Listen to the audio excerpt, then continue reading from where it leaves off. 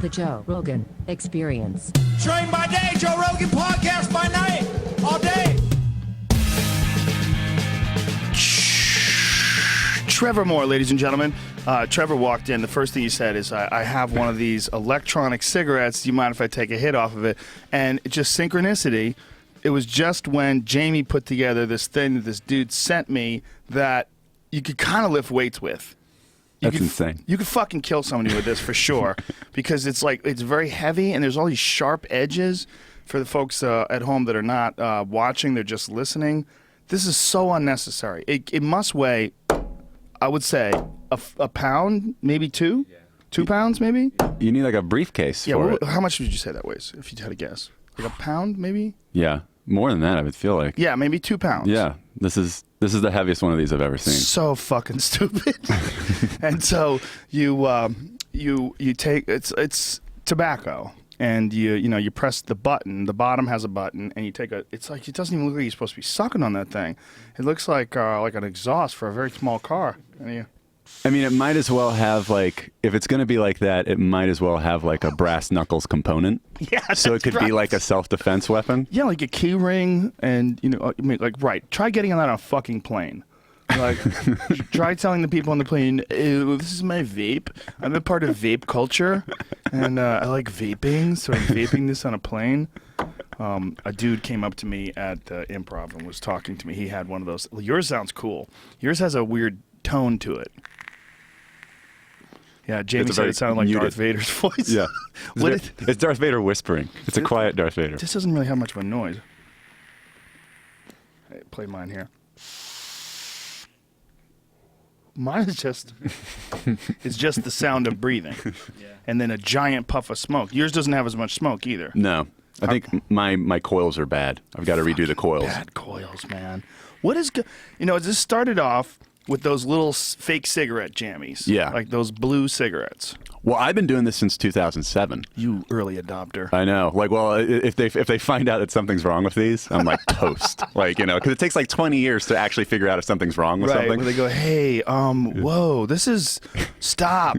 Yeah. Everybody, hold on. But when I started, you had to get them from England. Like, really? You would order it. My friend was a comic who was like, I was smoking too much, and he was like, I just quit. I started doing this stuff, and you order it from England, and they would send it in like vials of the nicotine liquid, and they had gloves that would come with it, and it would say they had this book that was like, if you get this on your hands and it absorbs in, it can give you a heart attack. What the fuck? So man? Yeah, I don't know if it was they were just being like overcautious or whatever, but I was like, every time I had to fill it, I was in the bathroom like making sure there was people in my house. Like, all right, if I get this on my hands, run me to the hospital or something. That's so ridiculous. That's so ridiculous. If you get it on your hand, you'll die.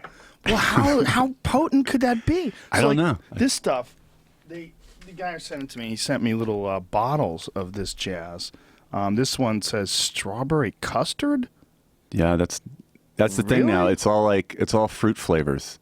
Like I do the like pipe tobacco flavored. It might say strawberry custom. This is a shitty handwriting. You're smoking on Crunchberry. Crunchberry? Yeah. Like, what does that say? Does that say custom or custard? Custard. Custard. Yeah. Shitty handwriting. Why strawberry custard? You should think someone would print that out. This is like the beta. This is the test. Yeah, I'm not sure about this. Well, I like puffing on those little blue cigarettes like before I do stand-up, because I feel like it gives you because I know nicotine, like it's one of the things I read in Stephen King's book on writing. It's a great book. Have you ever read it? No.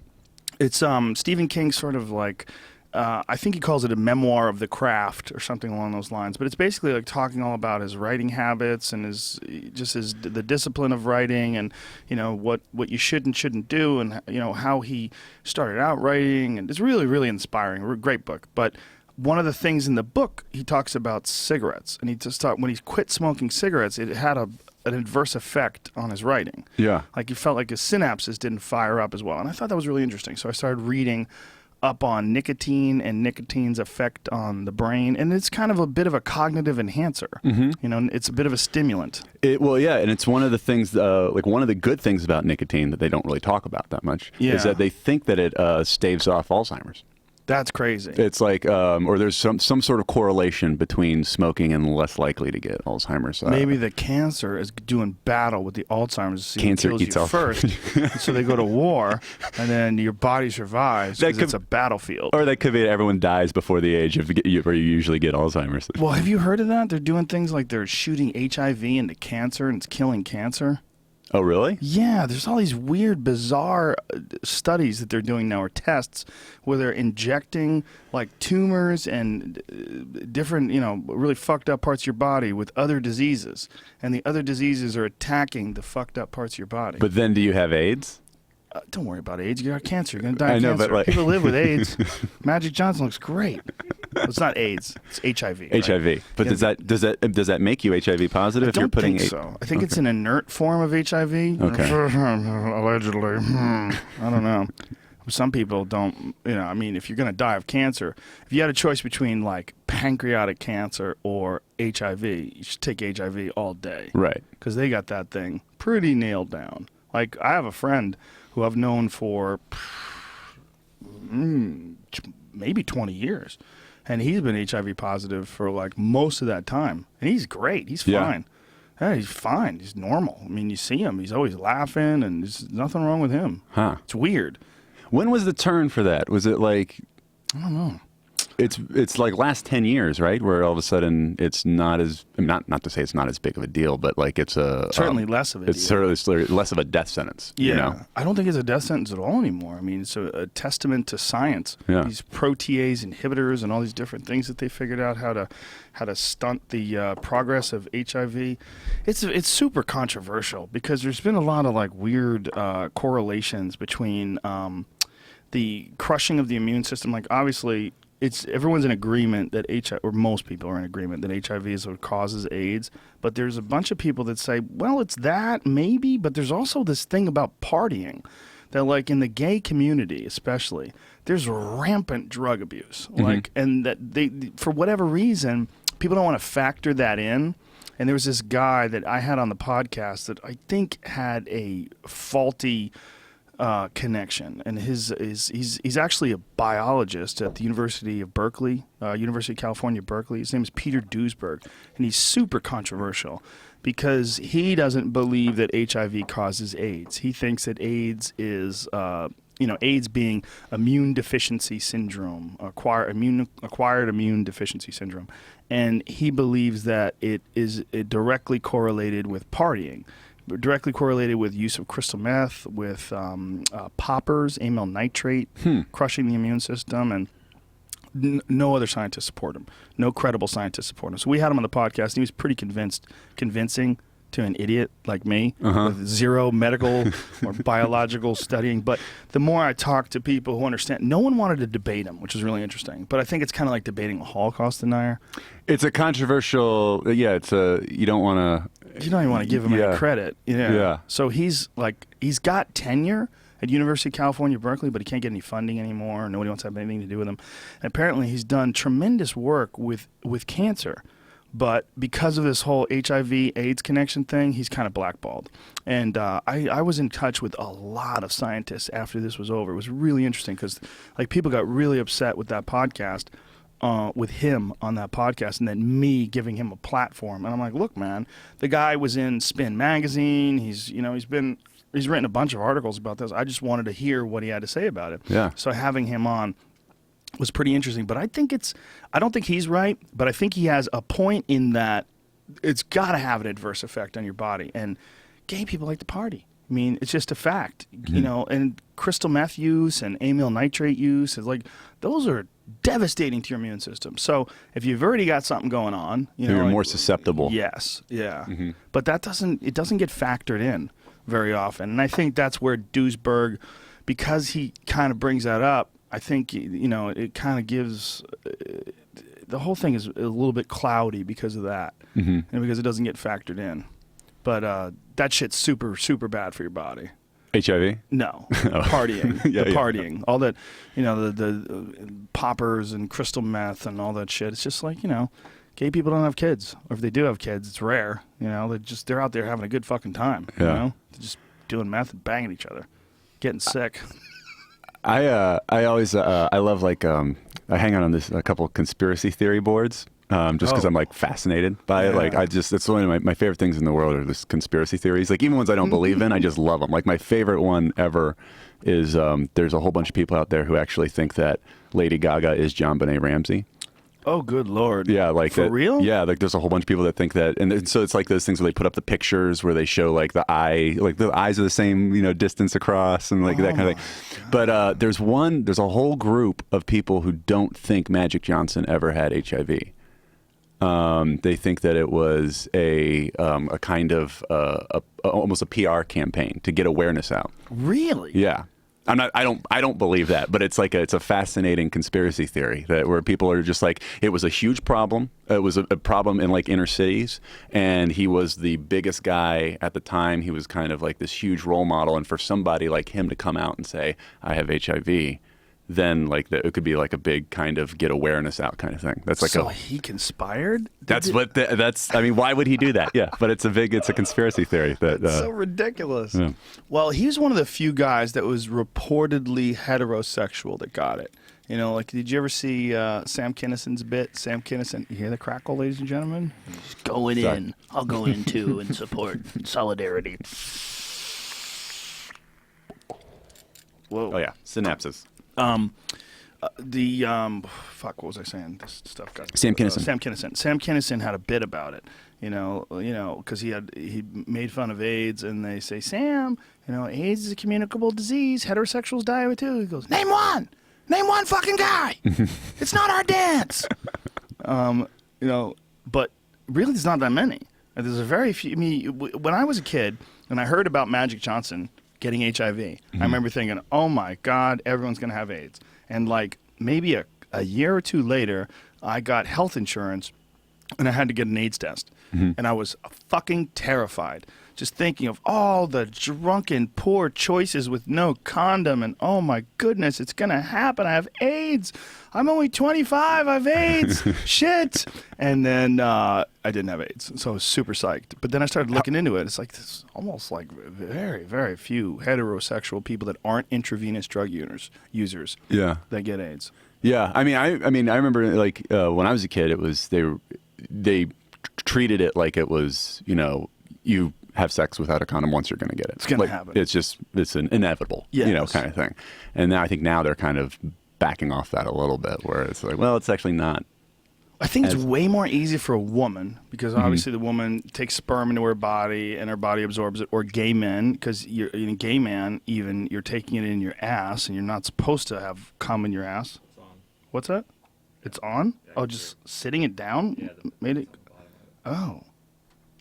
Just this stupid fucking thing is so heavy. There's probably a safety on it. Mine has a safety on the bottom. There's no safety on this piece of See shit. if that spins. Oh my God, it's so hot.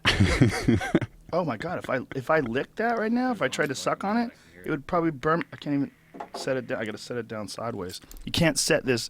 For people at home that are listening, which is most people. Let me see it. Oh, John, you're right. Jeez. Yeah, the top of it is super hot. See, there's a safety right here. So you spin that down. Oh no, I'm taking it That's off. not a safety. That's a battery. Well, mine has a. Yours is better. Mine has a thing. Don't do it like that. See, you're doing it again. Smoke started coming out of this. This thing, I'm trying to describe it. You know what it looks like? It looks like a spaceship in a shitty 1990s sci-fi movie. That's what it looks like. Like that could be some sort of a spaceship. Yeah. Like, Yeah. it's fucking horrible. AIDS. Where were we? AIDS. Conspiracy theories, AIDS. Yeah, I don't remember what it was. I don't remember what we're talking about. But the John Bonet thing is interesting. When I was living in Colorado, I actually looked at her house, the house that she was killed in. I didn't look at it in person, but it was for sale. And I was like, wow, what a beautiful house. Like, this is pretty reasonable for what it is. And they actually changed the street name. They changed the street name or changed the address. Right. One of those.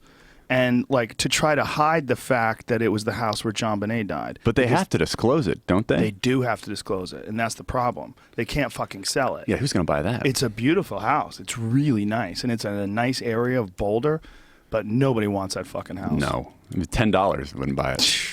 I'd buy it for $10. Would you live in it? Would you Just sleep have in it? raves. For a show, for a TV show, like a ghost show. It's fucked up, man. That whole story. So, like, I think that whole child pageant thing is one of the most fucked up things. When you see little kids with high heels and makeup on, dressed up like, they're trying to get laid. It's just so crazy. It's like, the worst parenting. It's weird, man. We were in Dallas, and we were doing the improv, and the hotel that we were staying at was the exact same hotel where they were having one of these pageants.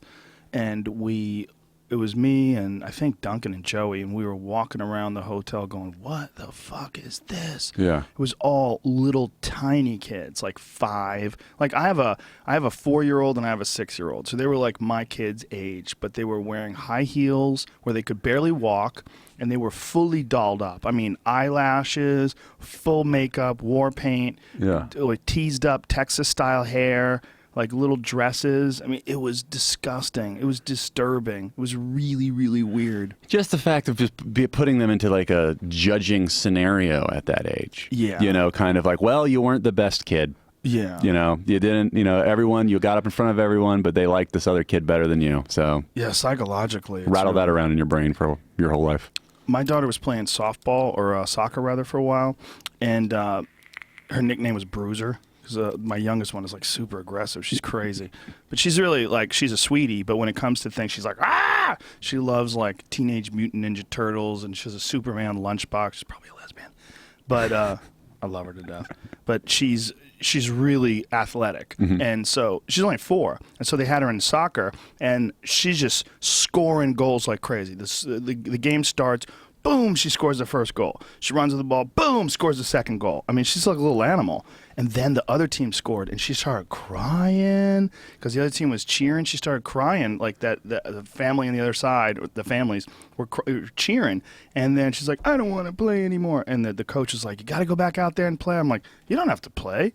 I go, it's just stupid. It's a ball going into the net. I go, if you're not enjoying it, don't do it. Yeah. I go, but you shouldn't worry about the other team like scoring. But I knew that she couldn't kind of internalize that. So I said, this is no big deal. Like, I don't want to make it a big deal, because I think that sports, a lot of times parents, they fuck their kids up because they make like winning and losing this like huge deal, or playing. You got to get out there and you got to fucking play. Yeah. Figure that out when you're older. When you're 4, you should be having fun, and and the coach was like sitting down with her trying to psych her out, and the coach is dumb as shit. So when she's sitting down, she's giving her this dumb psychology. I was like, whoa, stop. Don't teach my kid. Come here, honey, it's all right. It's no big deal. Yeah. She's like, you got to go out there, and you got to just go out there and you get that score back. Whatever they scored, if you feel bad, you got to go. No. Get out of here. No, you don't. Yeah. Just have fun, relax. Like, this is just supposed to be fun. So the idea that you could take someone that age and then judge them on their looks, that's fucking insane. And then, they have like a talent portion where they sing and they do little dances in their high heels. And it's like, what the fuck, man? Like, it's so unhealthy. Who was the pedophile that invented this? I just Like think the first guy who was like, I have an idea for a thing to do. I think it's people that are just living through their kids, man. Yeah. You see that a lot with sports. You really see that a lot with people that like, it's usually fathers with their sons. Like, fathers like really fuck their kids up because they're like some guys, obviously some guys like fuck their kids up because they're super invested in their kid being successful. Like, I've seen kids not do well at certain sports and seen their fathers yelling at them. And, you're talking about like 10-year-old kids. Like, God damn, man. Like, the only way this kid's ever going to get good at something is if he's rewarded for his hard work, and then if he gets a sort of an understanding of what is healthy and what is not healthy about competition. Yeah. And what's definitely not healthy is you putting everything on the line for this kid. Like, it's everything. Like, your love is invested in this kid knocking a ball into a net. This is fucking preposterous. It's just so goofy. Dads just see that Tiger Woods money. You think that's what it is? I mean, I don't know. I mean, it's probably column A, which is them trying to, redo their, what they wish they had done. Yeah. But then there's also like, my kid could be the greatest quarterback. My kid could be, this Yeah. I think that could be in the future. Like, they might be looking at it that way. We got to get you one that doesn't make that noise. Oh, on the sorry. I won't do it microphone every time anymore. you do it. It's okay. Just Yep. push the microphone to the side. But the audience is probably going, what? People that? that have headphones on. Is that the headphones are the real issue. Sorry. Because sometimes we have these fight companion podcasts where we have a bunch of guys in here and we watch fights, and people start eating snacks, and they're eating like right into the microphone. And if you're listening, if you have headphones on, it's fucking maddening. But it's hard. You're drinking and smoking pot, and people forget, and they start chewing. Anyway, John Benet Ramsey, not a good place to buy a house.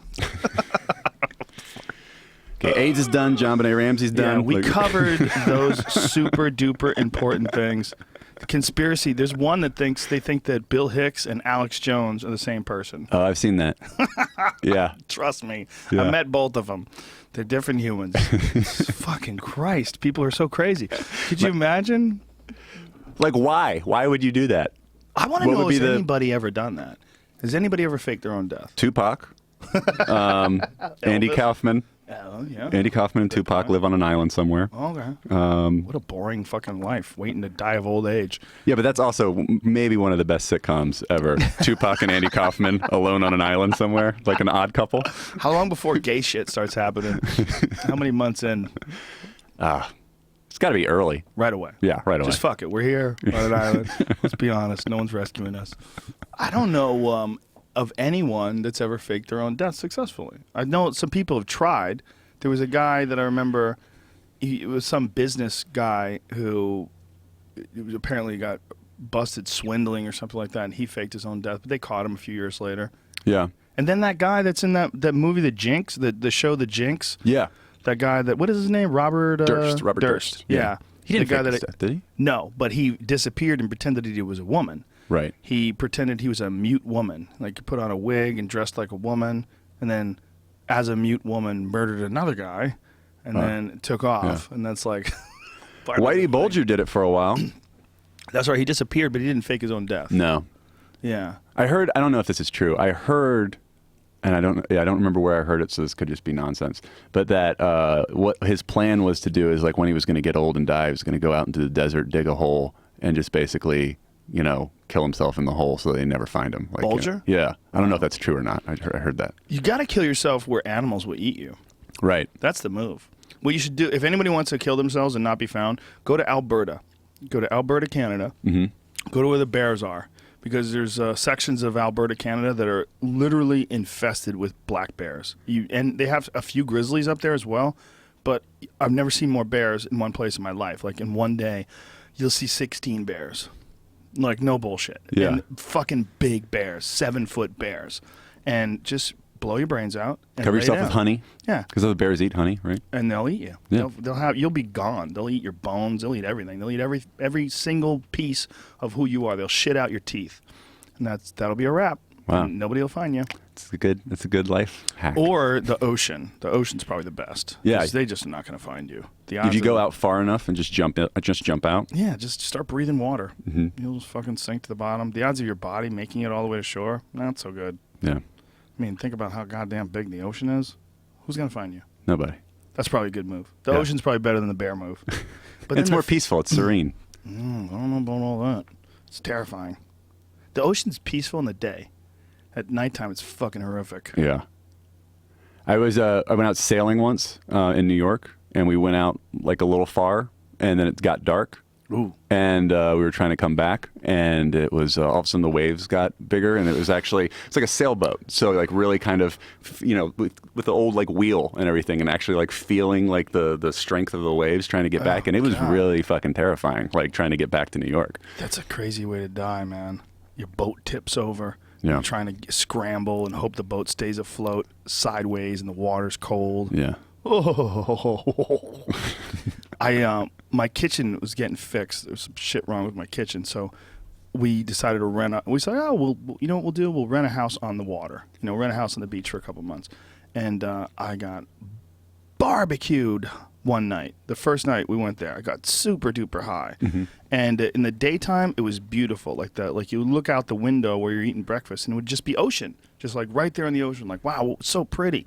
But at nighttime, that same view is horrifying because the sky is black and the water's black, and you keep hearing whoosh, whoosh, and it's like it reveals itself to you. Like, oh, you thought that this was like your playground, some beautiful thing. No, this is a fucking monster that could swallow up the whole city and not even know it. Yeah. Like the ocean could just swallow Los Angeles one day with one burp/fart of the tectonic plates. Or at least Malibu.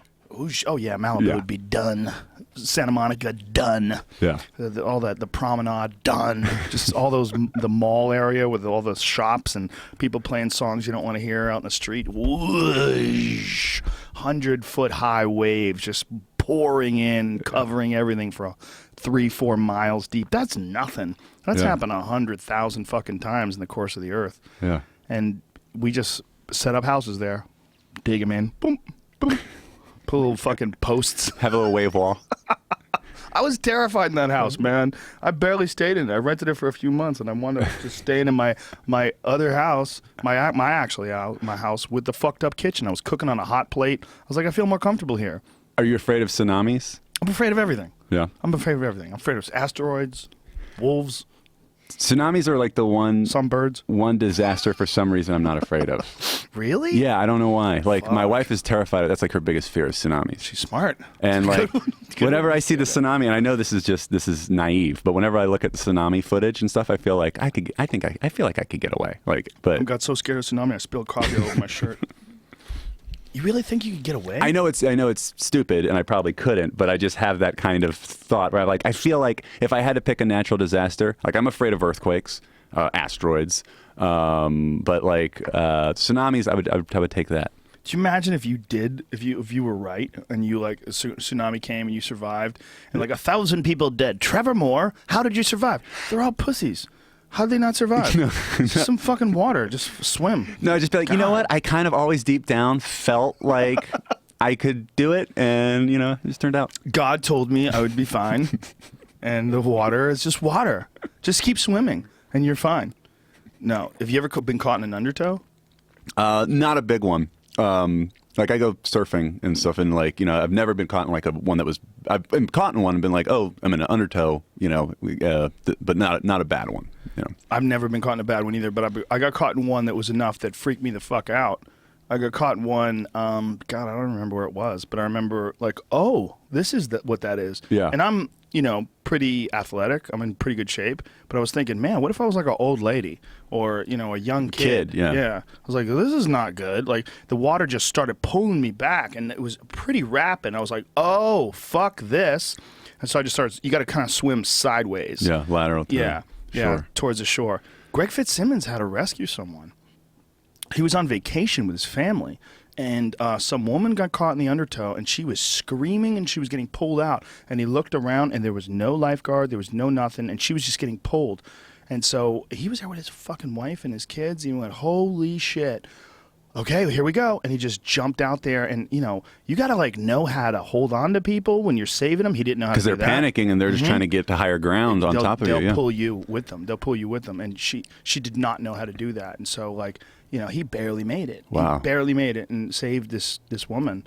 But that moment when you have to make that decision, do I risk my life to try to save some person? Because you might get to a point where you're like, oh my God, I'm going to have to punch this chick in the face and swim by myself because she's going to drag me under. Right. Like there's those weird moments that actually happen to people when they're trying to save someone. They realize, I'm going to die too because this person's an idiot. They're maybe not an idiot, but they can't. They're panicking. They don't know how to deal with stress. Mm-hmm. Some people, given the exact same circumstance, just know how to stay calm and they'll be fine. And other people, they just and they can't breathe. Like you're like, breathe. They can't breathe. And you're like, oh fucking Christ!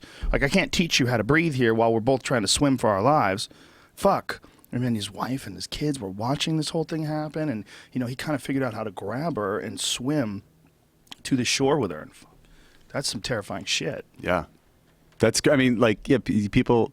We were doing like river kind of rafting, just like kind of in a like kind of like lazy river kind of stuff up in Cape Cod once, me and a bunch of friends, and this river comes out to the ocean, and when it came out to the ocean, there was one of our friends who doesn't swim, so I don't know why he was with us, but but he was on one of those inner tubes, just kind of like Did tubing. he have a life raft on too? No, he was just kind of tubing, but it was like a river. It was a river. We thought, and so it got to the ocean, and it was the same kind of thing where it just this river just shoots stuff, shoots the water out into the ocean really far. So he went all of a sudden way out. And we're all back on the beach, and we're like, oh wait, holy shit, like Chris can't swim. Oh God! So we're like going, and we see that he's panicking, and in his panic, what he did was he jumped off of the raft. Oh no! Because the raft was going out to ocean, and he just wanted to get back to the shore. So but he doesn't know how to swim. I know, but in the panic in that moment, like your brain doesn't really make the right decisions. So how'd you get him? What No, happened? he died. No. He, no, we had people that had to swim out and get him back. Did you get the raft too? I don't even raft costs remember. money, man. Yeah, I don't remember what happened to the raft. Maybe not. Oh fucking Christ! My friend Remy Warren, he was on a river once. He was right next to a river, and some stuff started. He talked about it on the podcast. For folks listening to this, his version is going to be way better than mine. But he saw some stuff floating down the river, and then a guy face down, body, floating down the river, and then he realized, holy shit, like this is like a capsized boat. It was freezing cold water, and then a woman hanging on for dear life, screaming. And he said, holy shit, here we go. And he just jumped in the river, and it was freezing cold water. And he realized, like, as he was jumping in, he's like, okay, I'm probably going to die. Because, this, you get hypothermia really quickly. Yeah. And it's essentially those rivers, they're glaciers. It's glaciers melting, and they create this river, and it's fucking freezing cold water in the mountain. And he's in this water, and it's not warm out either. It's cold out. And so he just dove in, and he's trying to save this woman. And he got lucky, and they both got lucky, and they figured out a way to grab a hold of something. And but he got a hold of her and then dragged her to shore. But he was pretty convinced as he jumped in, like, okay, this is it for me. It's been a fun life. Wow. It's a good way to die, though, trying to save somebody else. That's pretty much, that's pretty heroic. But if she dies too, you're like, damn, I could have been lived and just watched her die. Yeah. I felt sad. And just started telling people, hey man, don't raft. Shit's dangerous as fuck. Yeah, of all the ways to die, that's a river rafting is a really terrifying one. If you see, like, when people, there was a reality show, I forget what reality show it was, but it never went to air because as they were filming, like, one of the first episodes, they overturned their canoe and got trapped under a rock. Like, the canoe overturned, and the waves, or the current rather, wedged them under a rock, and they drowned. And like the pilot. And the pilot, yeah. Holy shit. Yeah, this is years back. This was like right when Survivor was first taken off, before the internet really took hold as far as like social media and TMZ type shit, which they would just have a field day with this. Yeah. But back then it was just, they hadn't figured out how to use the internet for trash yet. Right. Right. But this person just got stuck, and I remember thinking that, like, okay, that's not something I ever want to be a part of. You don't ever want to get stuck on a freezing cold river with insanely powerful currents. Yeah, I mean, some people I've done it once, the river rafting kind of thing, like the whitewater kind of stuff like that. It's just not fun to me. Like, it's very bumpy. Scary. It's scary. There's potential death everywhere. People love thrills, man. They love it. Some people they love that rush, that adrenaline rush. Just, I don't know. That's why I couldn't do. Have you ever done skydiving? No. Yeah. Fuck that. Yeah, because I feel like if you do die skydiving, it's it's always sad when people die, but it's like it's kind of, you don't get that. I mean, people be like, well, yeah, he jumped out of an airplane. I've had friends that are EMTs that have found people. After skydiving, got into the surface. They say their body's totally intact. It's everything inside. Outside, yeah, but everything inside, like your bones are like pushed up through your torso, and just like, and you're just a bag of broken bones and destroyed organs. Yeah, not good. I read there's this article. There was Jamie has this look on his face. There's this article where they interviewed people who had actually fallen out of planes and lived. Oh God. There's like only a handful, but they were trying to figure out how to do it. And the stories were crazy because there's this one guy who was an old guy that they interviewed who I guess was in World War II, and his plane just exploded before he had jumped out, kind of thing. And he fell. And they say that the way to do it is, and it's not like foolproof, but like the people who have survived, they kind of try to hit a tree. And and you try to hit a tree as close to the middle as possible, but not the exact middle because that'll impale you. But you want to hit close to the trunk where the branches are the thickest. And you basically want to have all the branches break your fall on the way down. And you're going to be fucked up when like you hit the ground. But the people who have lived, a lot of them hit trees. Wow. I heard a guy who hit a barn. And apparently he went through the roof and into the hay. And somehow or another made it. But he was fucked up. Yeah. I mean, every bone broken, back broken, you know, all fucked up, legs broken. But lived somehow or another. Yeah. My friend Brian, his dad, he had worked with this guy, and the guy was trying to get him to skydive. And then, one day he went to the office, and the guy wasn't there. And he's like, "What happened? Where's Mike?" Or whatever the fuck his name is. I think it was actually a woman. And he was like, found out that the skydiving didn't go so well that weekend. Holy shit. Yeah. Yeah, that's... Dead. Yeah. Skydiving. I don't get that sport. Don't like that one. Well, my friend Steve Rinella said it best. He said there's things that are fun while you're doing them, but they're not fun later. And I think skydiving is one of those, and roller coasters are one of those as well. They're fun while you're doing them, but they're not fun later. And then there's things that you do, like crazy, arduous hikes over mountains, and you get to the top, and this insanely beautiful view, and like you earn that view, and you're camping, it's freezing, and you're fucking hoofing it. But when it's all over, when you get together like weeks later and talk about that trip, like wow, you have these amazing memories. Like it was really cool. Yeah. But at the time, it was kind of brutal and arduous. Would you ever do Everest? Fuck that.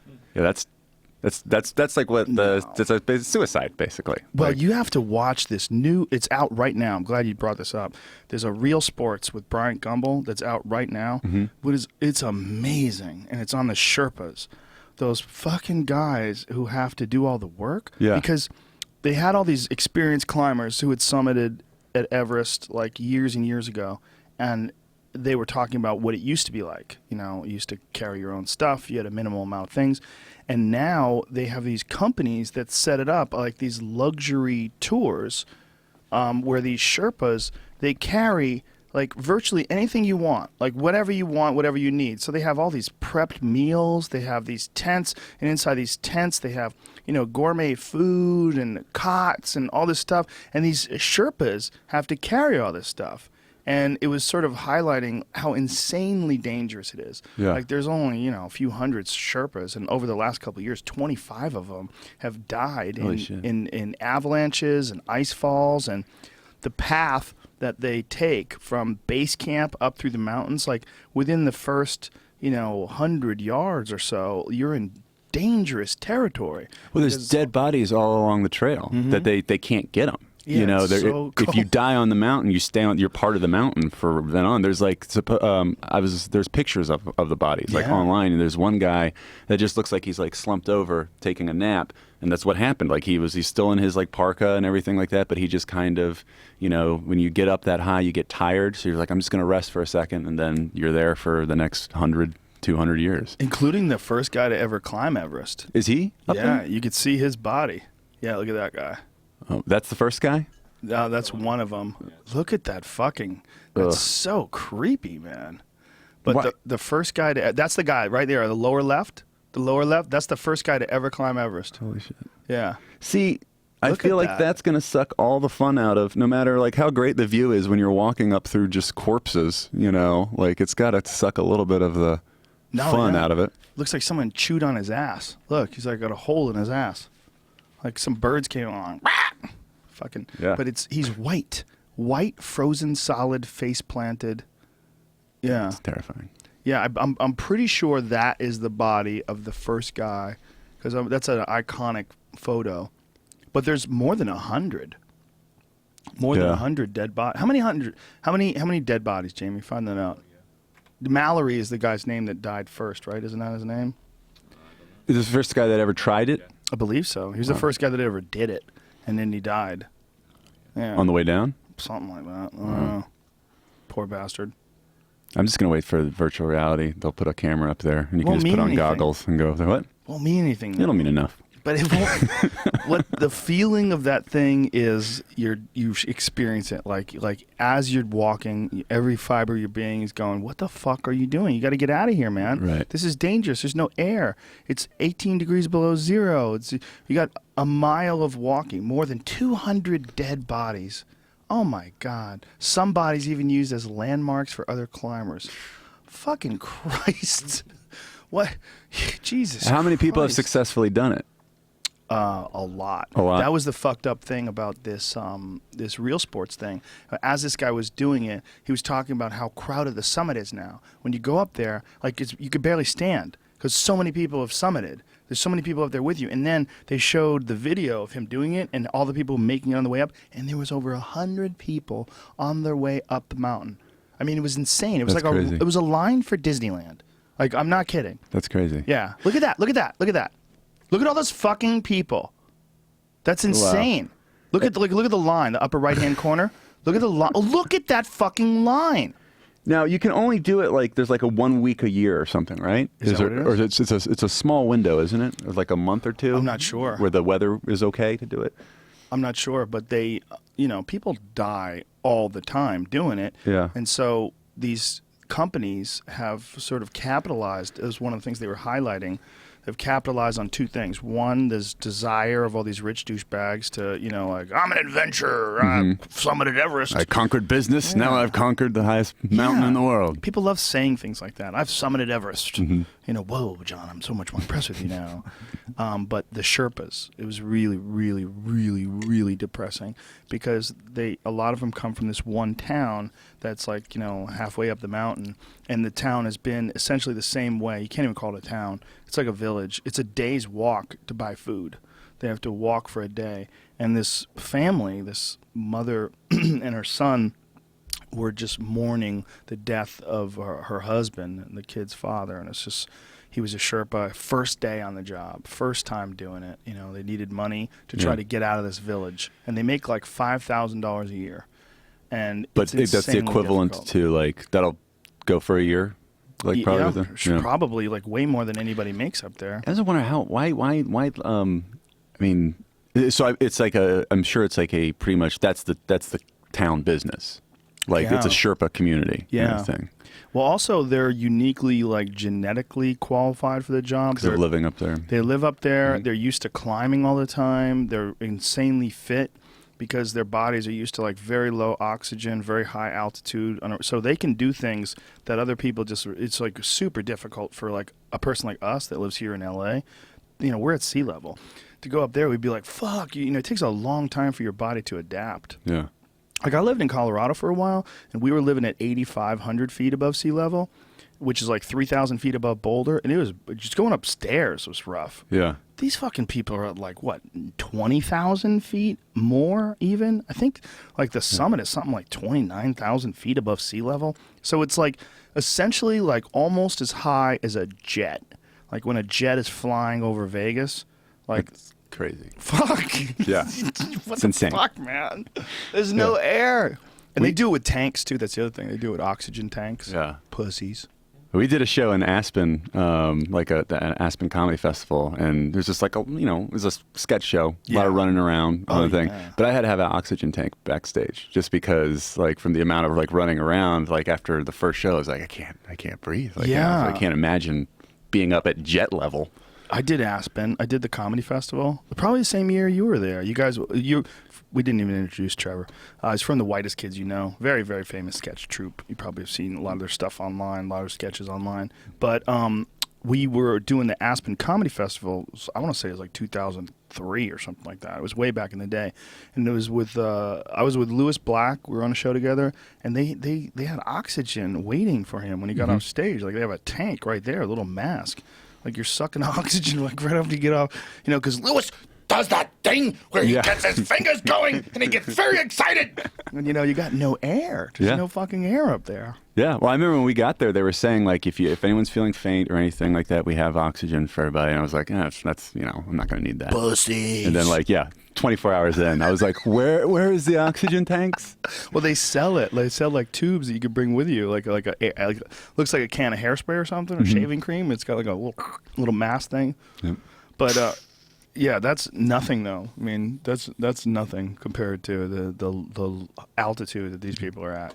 So It's imagine. probably the same kind of thing. Basically, It's probably the same thing. What I did was basically like going to the moon on a bike. Yeah, Aspen is a freaky town, isn't it? Yeah, the sidewalks are heated. I Yeah. thought that was weird. Like, It's so rich. There's so Yeah. much money up there. It's so stupid. well, they have to bus everybody, like, because there's a McDonald's there and all that, and everyone who works there, anyone who works in any of those shops has to be bussed in from like an hour down the mountain, like Yeah. to work there. Like, there's no one who works there lives there. No, you could never afford it. Yeah. Do they even have apartments? I mean, they must have some, right? I don't know. I don't remember seeing any, but I remember seeing some stupid fucking expensive houses up there. It's a weird, like, rich people paradise. You know, Yeah. like the stores, like they have like a Nobu up there, like super expensive sushi place. Like, how are you getting fish up here? This ain't nowhere near the fucking ocean. Yeah, Like Aspen is pretty high up there. It's like 8,000 feet, right? Something like that. it's Seems like it. It's a goofy airport too. That's You a have horrible You airport. have to fly like straight up, like. shoo. Yeah. The year we went, I don't think planes were coming in because it was snowing, and so or they called it off or something like that. Same with my year. So then it was basically everyone had to drive up the thing, and that was Yeah. terrifying because then the roads, like, you know, if there's nobody driving on the road for like 5 minutes, the road's gone. Yeah, You know. covered with snow. Yeah. Yeah, we landed in Denver and then they bust us up and it took hours. Yeah. And you're going on these winding roads in you don't even know this driver. Like, he might be crazy. Yeah. Like, how'd you get this job? I mean, can I talk to you? You're the guy driving. Like, it's your life is on the line. You're Yeah. on mountains. you And know? on the way up, there's all these buses just on the side of the road. They've just been frozen there because you can't go get them. Like, on the way up to the Aspen Comedy Festival, there's just littered with frozen comedians on buses. It was a goofy place to do comedy too, because like the audiences, they either had to live in Aspen or they had to also like fly in for it. And then they kind of realized somewhere along the line, oh, executives just sort of built this festival so they could ski. Yeah, it's a party. Yeah. Yeah. So like when I was up there, I remember thinking like this is like very different from the Montreal Comedy Festival. Where the Montreal Comedy Festival, it really did seem like it was all about the shows. The shows were like an afterthought in Aspen. And so they just canceled it. Like, it doesn't exist anymore. Yeah. And then they brought it to Vegas for a while. And then we're like, well, this is even worse. And then there's no more festival. Yeah. I mean, It's HBO, does HBO even have a comedy festival I don't think anymore? they do. I don't think they do either. Which is a shame because I thought it was a fun festival. But, great. But yeah, I guess they. I enjoyed it. I ski now, but back then I didn't ski. So I just was there just kind of having fun going, this is a weird place to have a festival. Like, why would you have a festival? And then I kind of like sort of pieced it together. Like, oh, you fuckers just like skiing. Yeah. You'd see all the agents and everyone. That's they'd why all have their- Sundance is like, Yeah. yeah. Yeah, they'd all have their shit with them, all their skiing shit. I was like, this is fucking bizarre. Like, you guys have, like, this is an afterthought. Yeah. That's Hollywood, you know? The skiing. Skiing terrifies me. Does it? Yeah. I put that up there with, well, I don't know. You can hit a tree and then, you know. Well, you know what the thing is, man? Just don't go on like a super tough course. You know, that's the thing about skiing. Like, if you're gonna ski, like, everybody wants to go like crazy. Skiing's fun for me when I'm in control of it. Like, you know, they have like black courses and blue. Like, blue is like fairly easy, right? Mhm. It's like, was it like Bunny blue? slopes?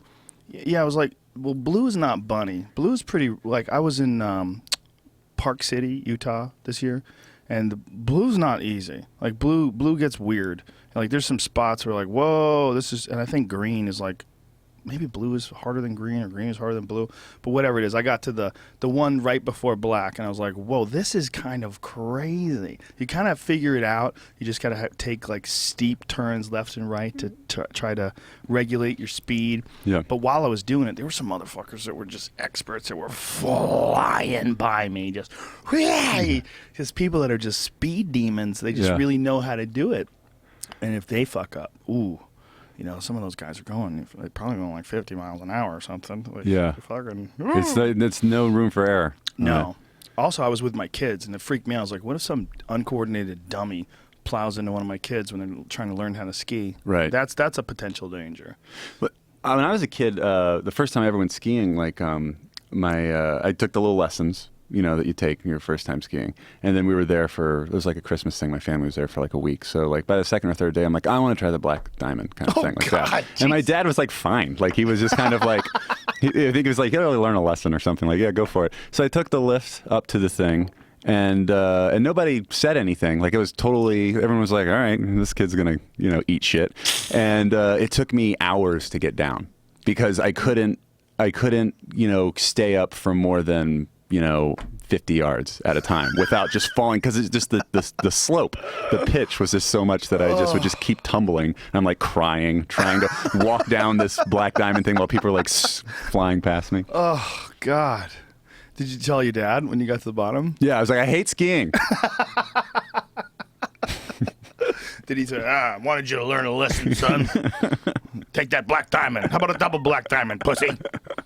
Yeah, the moguls are kind of crazy. We were watching people doing a Black Diamond mogul, which for people who don't know what skiing is, like it's like massive bumps. Mm-hmm. Like the people like the bumps, which I'm real confused. I didn't understand why they would like. You get sick air. Is that what it is? I think is it kind of you're trying to get air off of the bumps, aren't you? I guess you kind of do. I mean, don't jump too high because you're kind of going back and forth. But we were going over it in the lift, and we were watching these people just go left and right and just hopping up and bouncing, and it's the actual ground gets like etched in like this crisscross cross-hatching pattern from people just going left and right over these crazy fucking bumps. And you're like, man, there's not a lot of room for error there. Yeah. If you don't know what you're doing and you just jumped in like you did, just a little too quick, you're in the trees. Yeah. What's safer, skiing or snowboarding? What's easier to do? I don't know. Can you go as fast on a snowboard as you can on skis? I feel like you go faster on skis, but I'm talking out my ass. But you do go faster? Yeah, you can go like 100 miles an hour. Well, not 100. On a snowboard? You go straight down, like the downhill alpine skiing on the Olympics. They go really fast. 67 miles an hour. They can't get that fast on a snowboard. Aubrey's friends with that guy Bodie Miller, who's an Olympic gold medalist. I watched him in the Olympics because they were, the Olympics was happening when Aubrey was over at my house. So we watched it while it was going live, and that motherfucker flies. When you're watching like Olympic gold medalists going down these things, like the speed is just unfathomable. Yeah. Like you got to think that at some point in time, like if you wipe out, like he just wiped out recently, almost severed his leg. Like he hit something and almost tore the meat off of his leg in this accident. Like a pretty severe, might even be like a career-ending injury. Like I think he hit a fence or something. Holy shit. Yeah, fuck. Or just hit snow, but if that's as fast as he was going, the snow cut his leg off. I think I think he hit a fence. My friend Steve was on the U.S. ski team, and he's had. I want to be conservative when I say this, but I think I'm wrong. I think I'm undershooting it. He's had 28 knee surgeries. He actually had his knees resurfaced. Here, I'll show you a picture. You want to freak out? He doesn't have any cartilage on his knee anymore. How old is he? Steve's in his 50s. I've known him since I was a kid. Let me see if I can find this image. It's going to freak you out. I'll pull it up here. I don't know if I can. There. What's that? He's looking up at the screen. Oh, yeah, you're looking up at the screen. Yeah. Hold on, let me... The record is actually 156 miles an hour. Oh, my on skiing? God. Average speed of 40 to 100. 40 to 100 is average? Yeah. See, I never want to be going 156 miles an hour. Yeah, you're smart, dude. Okay, look at this image. I'm going to pull this. Hold on, I'll give it to you. I'm off my laptop. That's my friend's knee. Look at that. That's the inside of his knee. So doesn't have with the any metal? cartilage. Yeah, so they put metal over the top of his knee. That's got to feel terrible when it gets cold. He's a bad motherfucker. He would never complain about anything. This guy's an animal. He doesn't give a shit. He's got fake meniscus. You see that little white thing there? That's an artificial piece of meniscus that is a pad in between the ball and socket. The caps of his knees, where normally you have cartilage. The cartilage is so worn away that he has these. It looks like they're chrome, like steel caps that cover over the top of the bone, and then it just sort of rolls steel to steel. And That's a that's- knee replacement. He doesn't have that. Not that. No, he just has his knee research. Because knee replacement is like for people that have like their ligaments destroyed. My mom had knee replacement. She had both Really? knees done at the same time. Where they chop your legs off basically, and then they put robot knees in, and then you basically can't walk for a couple months, and then Good Lord. yeah, Fuck, man. and they give you a whole bunch of Vicodin and send you home. Yeah. The amazing thing is the hips. They saw the top off. They give you a fake hip. They like it's attached to like a screw. They'd go like they saw the top of your femur off, and this fake hip screws right in there, and then you just start walking around. Like you're walking around within like hours Really? of the surgery. Yeah. Hip replacement? Mm-hmm. Yeah, I had a guy that was there's the hip. There's the fake hip. Trevor, if you hear that sound, that's Trevor sucking on his I did it away robot from the dick. But look at that, how they do it. They literally saw the top of your bone off and put this fake thing in there, this fake ball and socket. That looks cool though. Oh, look at it. It's from Aspen. That's hilarious. The picture that you pull up is from Aspen. I mean, how many people that are super rich blow their hips out from skiing all the time? Probably a lot. Or just get that done cosmetically. To kind of be Just like, to be beautiful. yeah, kind of cyborgy. I want to have better hips. But you see the top where it shows how deep it goes into the femur? Yeah. The screw, like up above that, Jamie? Above and to the right? You see that? Yeah, right there. Like, look at that. That's what happens. They put that fucking steel thing. Graham Hancock had it, and he came on the podcast 6 weeks later. He was walking around like nothing. Like, I had no idea. You know, he goes, well, I had my hip replaced. I said, when? He goes, 6 weeks ago. I go, get the fuck out of here. He was walking around like there was nothing wrong.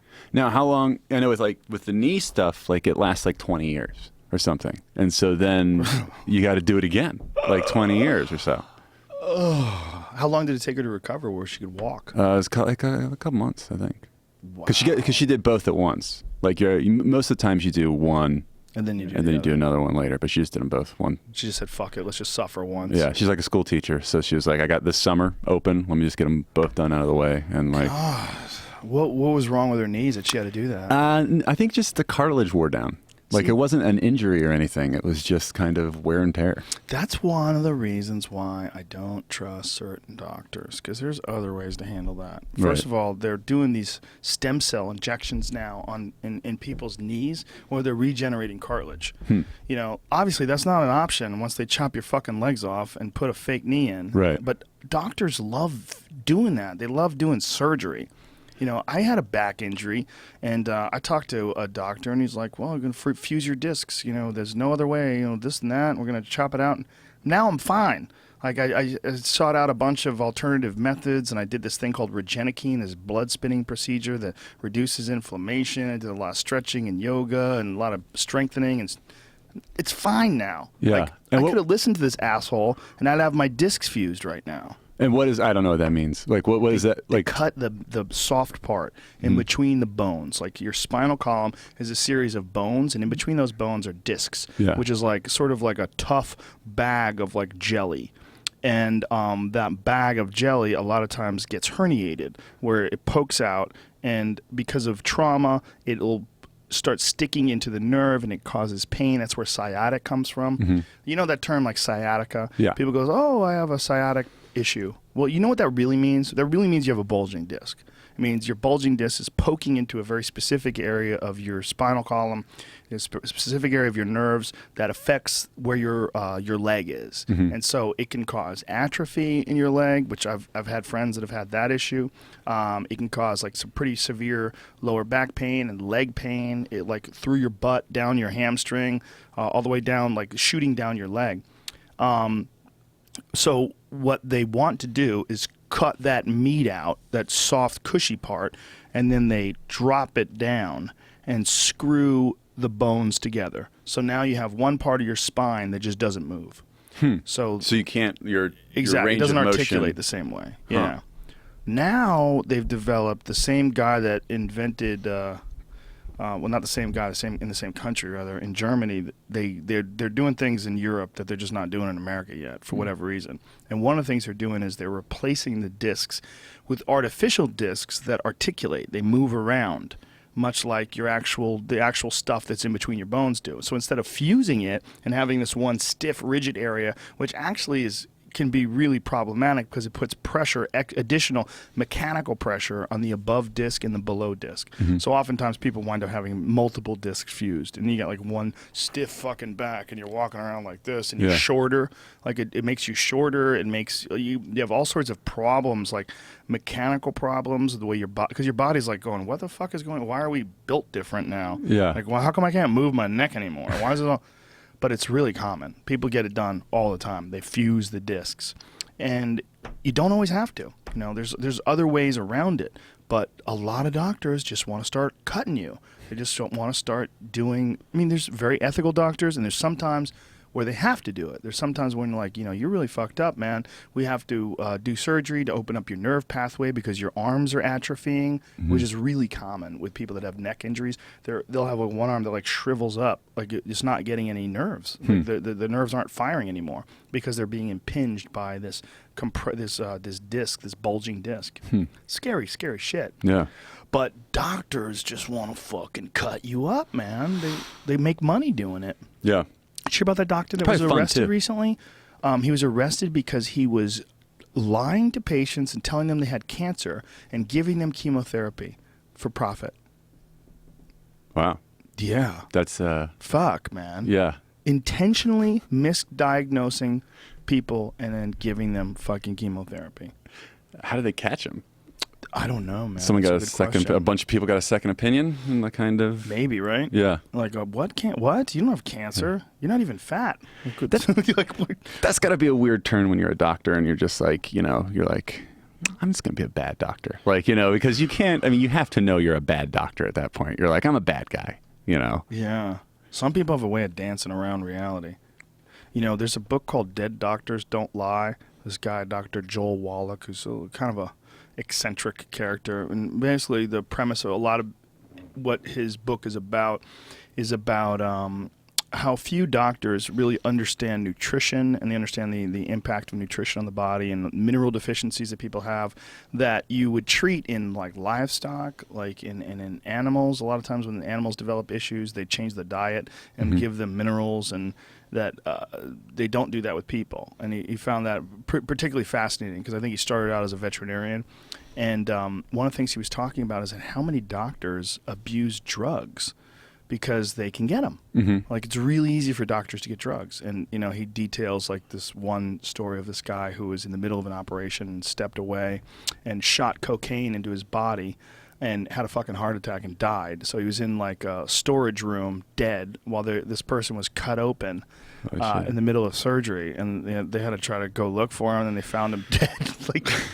But you would think that, when you're a doctor, you have access to, prescriptions, and you can get a hold of some medicine. I mean, I'm sure it's probably more tightly regulated today than it was in years past. Yeah. I mean, I'd heard that about dentists. I heard dentists, dentists have the highest rate of depression for any occupation, the highest amount of suicide for any occupation. Really? Yeah, and a lot of people think that it's because people hate going to the dentist. Like, it's kind of a universal. Nobody wants to go to the dentist, so they kind of put it off.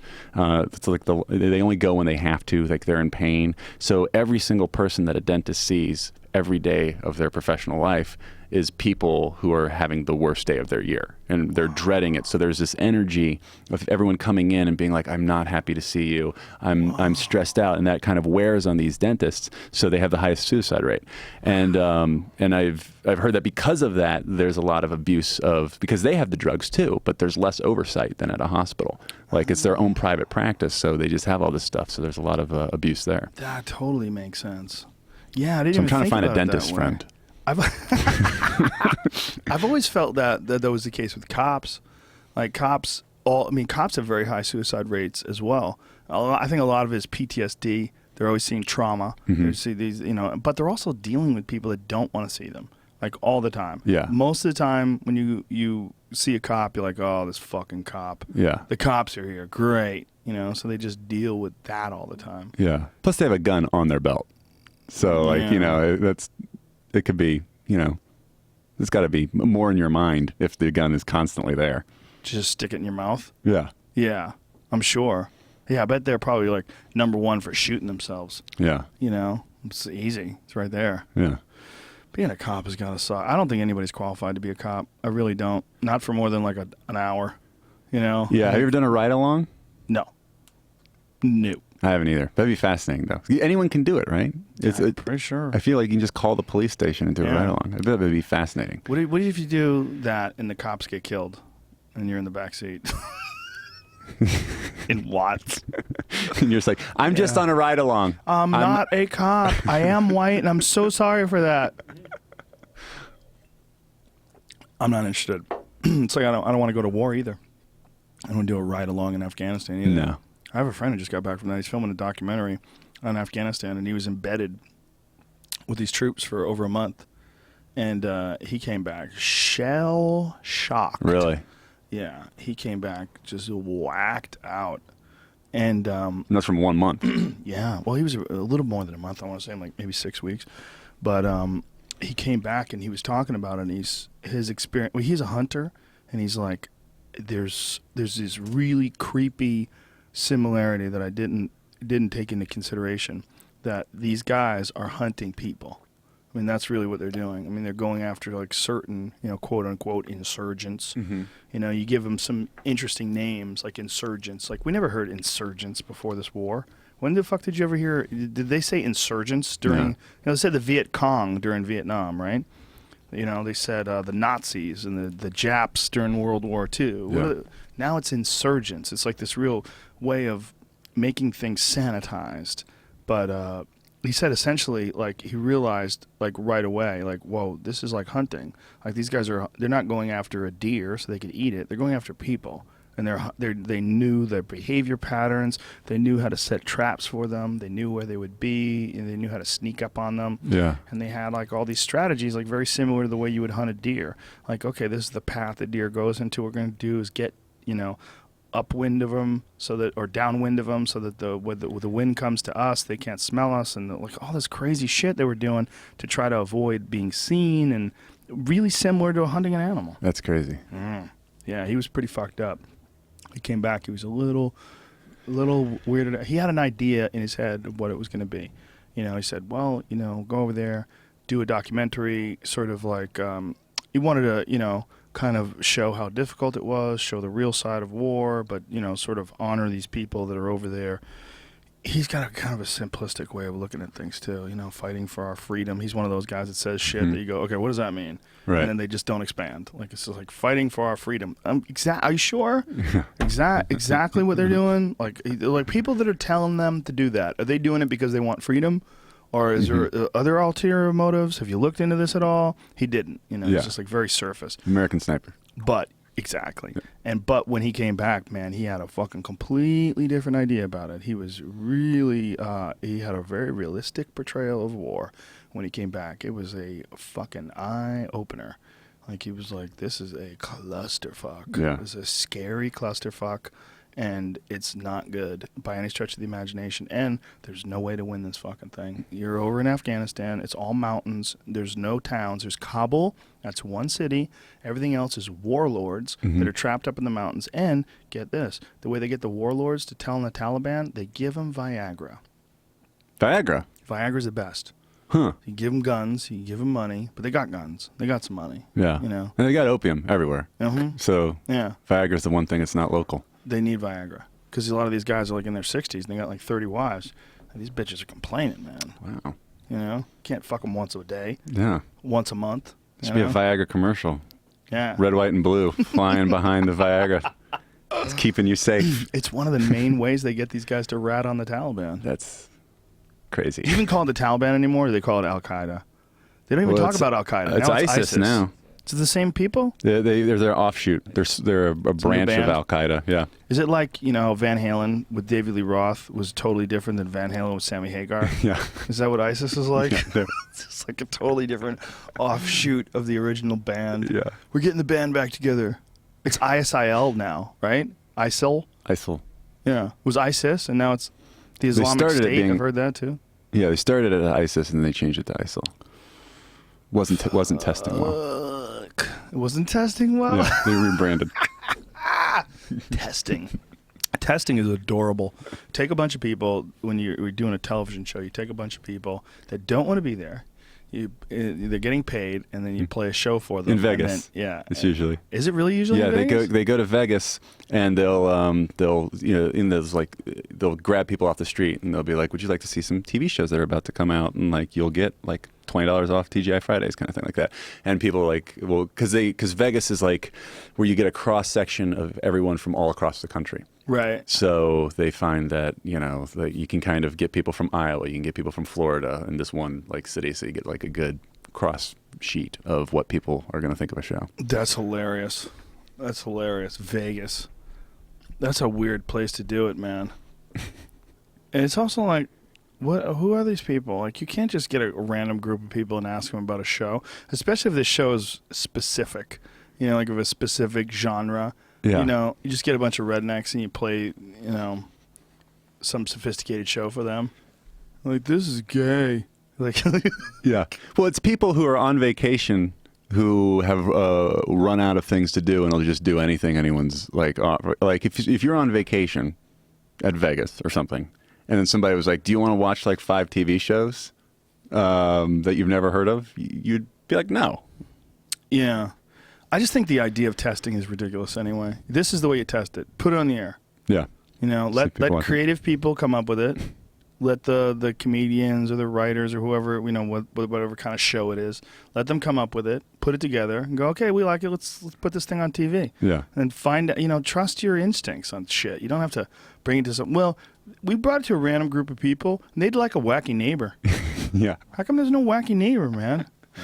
Well, like what Amazon does now is they just throw them up online. Yeah. And they just see, all right, which one's got the most, which one do people watch more? Amazon's got so much goddamn money they can do that, right? Yeah. They've got drone money. They do. They're sending drones. They've delivered They're shit never with going to do drones. that. They're never going to do that. I think that was like a publicity stunt. It's never going to happen.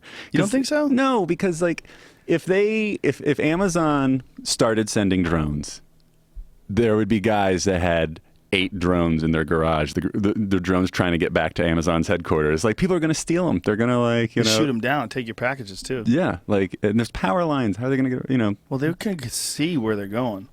People would steal them. I'd steal one. Would you steal a drone? Yeah, it'd be funny. How rude.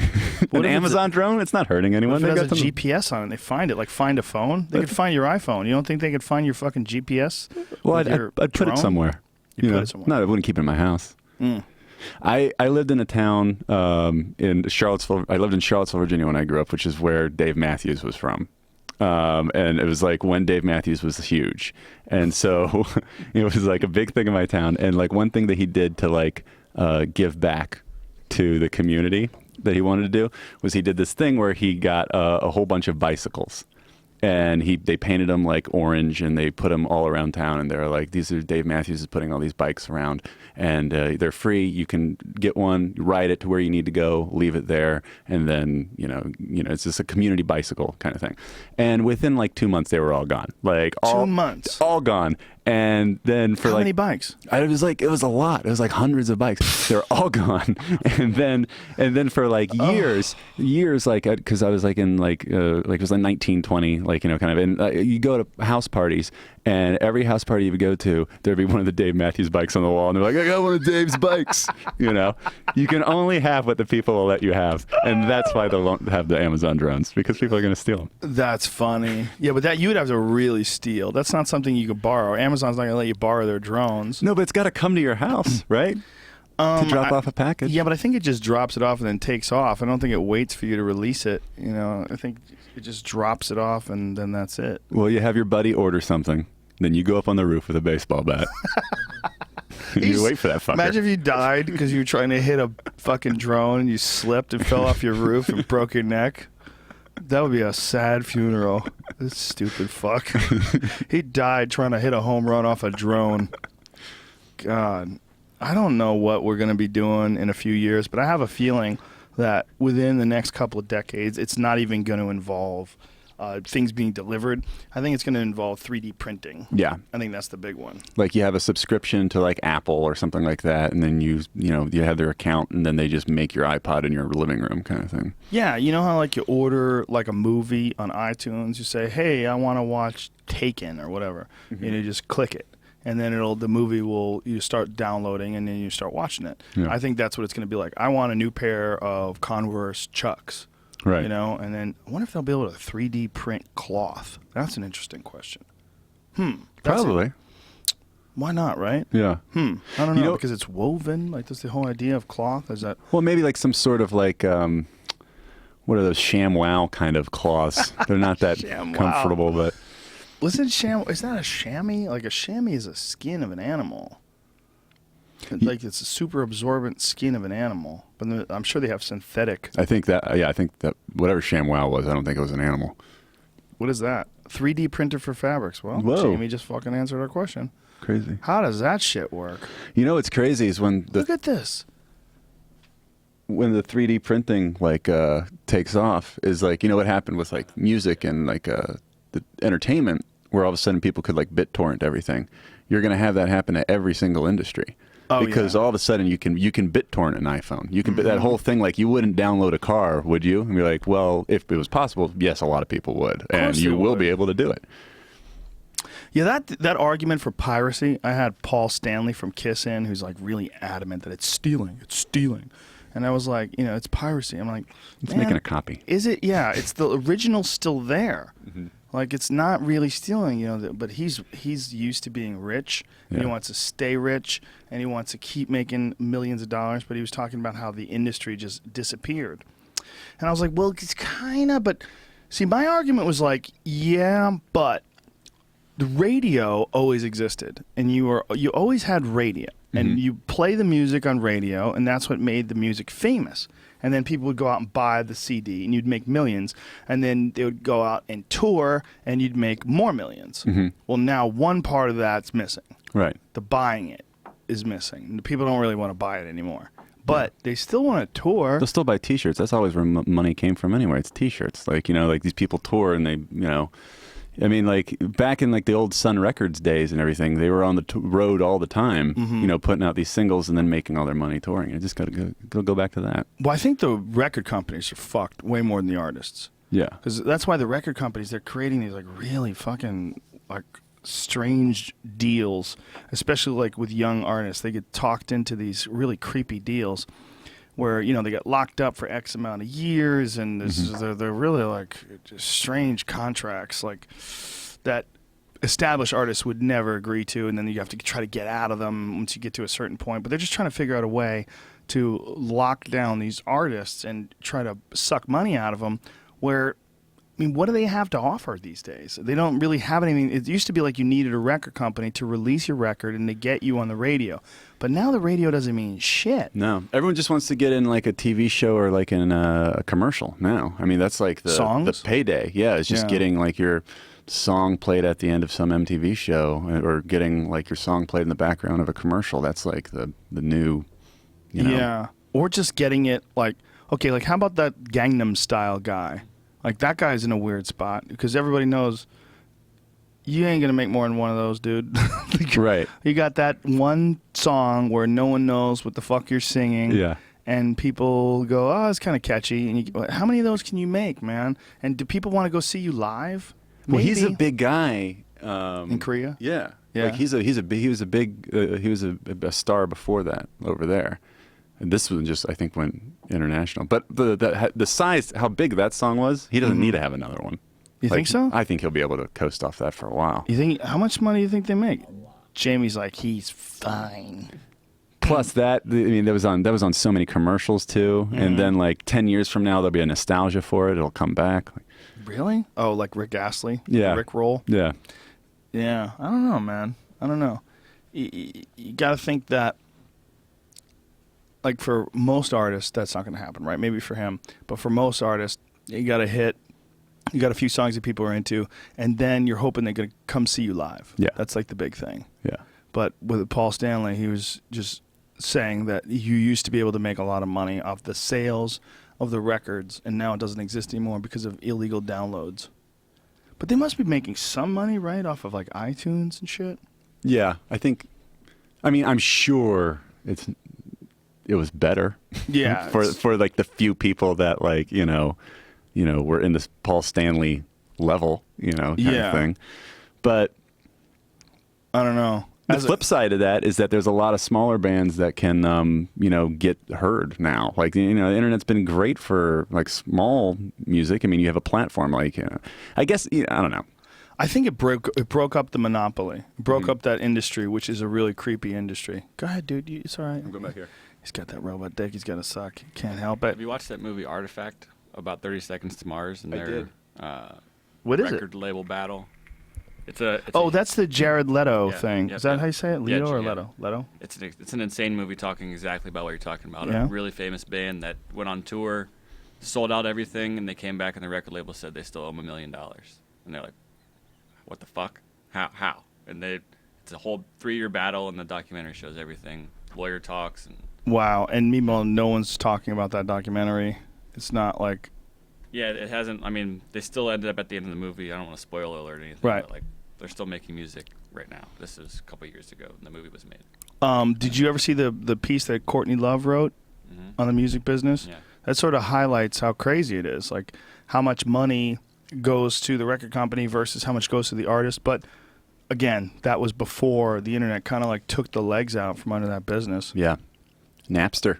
For comics, it's giant. We never made any money off of CDs anyway. I mean, you make a little bit, but the real money was always in doing clubs and doing theaters and stuff like that. So the internet is just awesome promotion for that. Like way better than anything else before. Way better than radio. Way better than putting out a CD. Yeah. There's nothing better than the internet. I mean, guys, it always blows my mind when I try to think about like what, would you have a mailing list? At the end of a show, you put out a pad of a paper and, like write down, I'll send out a mailing list every year, let you know. I remember when I was a kid, I'd go to the record store and just check to see if the bands that I like had new albums out. Because there was no way to know. Like, you would just go and sometimes, you'd check multiple times a year and then you'd be like, oh, there's no way to, that's right. Yeah. Where they would have like a poster up. Yeah. Like coming September 3rd, the new, Bon Jovi. Did you hear? And then the radio would have to tell you. This information was really hard to get back then, man. It's really hard to get anything. You got like, I remember I was in the Kiss Army. You get like a Kiss fan thing in the mail when I was a kid, and you'd get like this. But they, I don't even remember them saying tour dates. They just tell you about the band, Yeah. And you get this like real superficial version of who they are. It's just so much different now.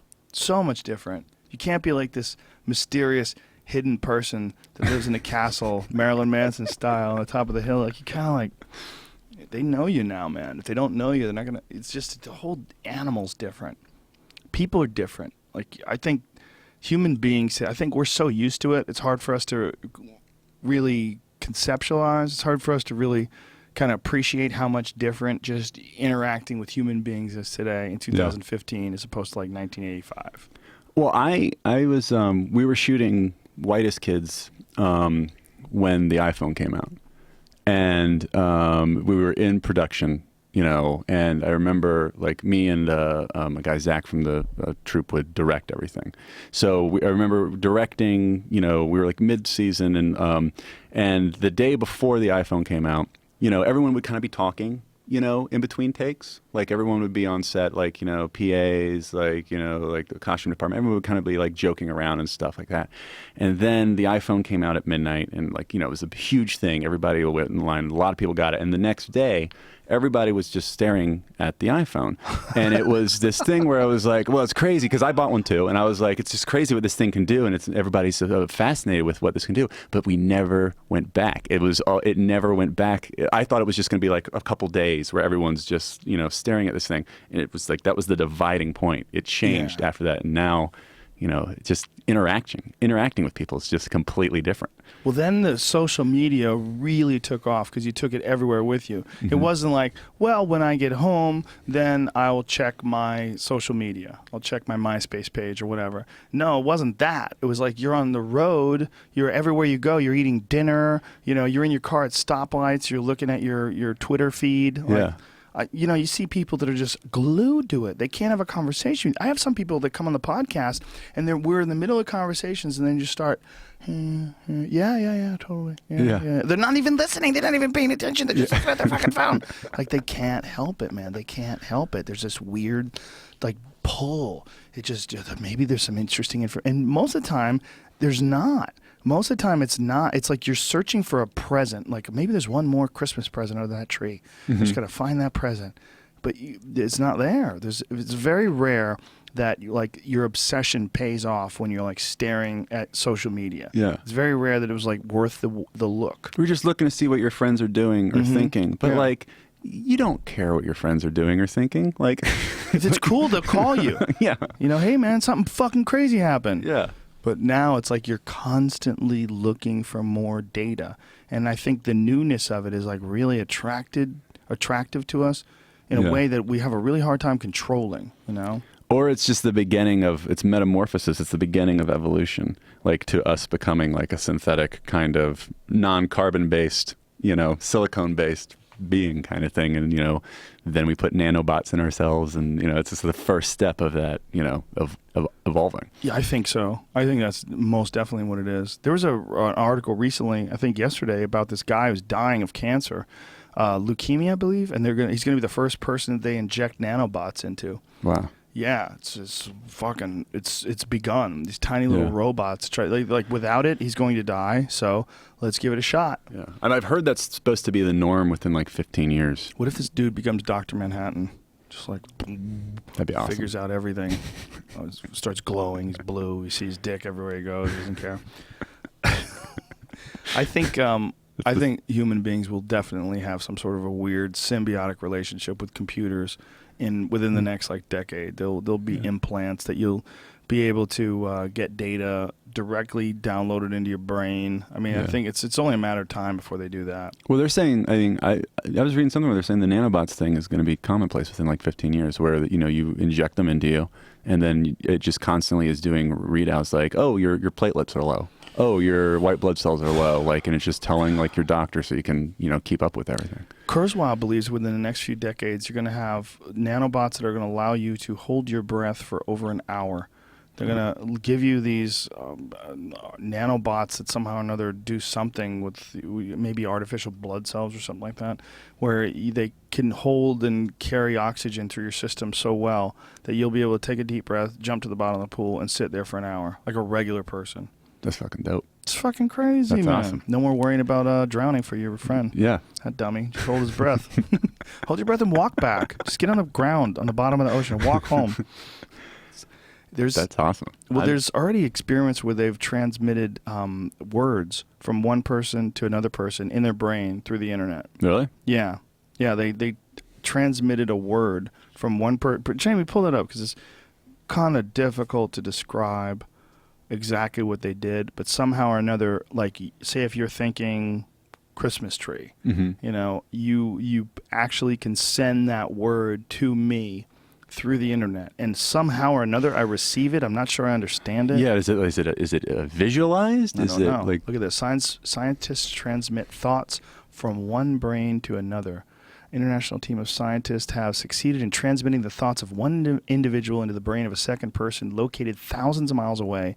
Combining some of the latest technological marvels with the long arm of the internet is thought to be the first time the two brains have communicated with each other directly over long distance without the sender having to utter a single word. Two greetings, hola and ciao. Oh, can't even do it in America? How come you can't use English, you fucking queers?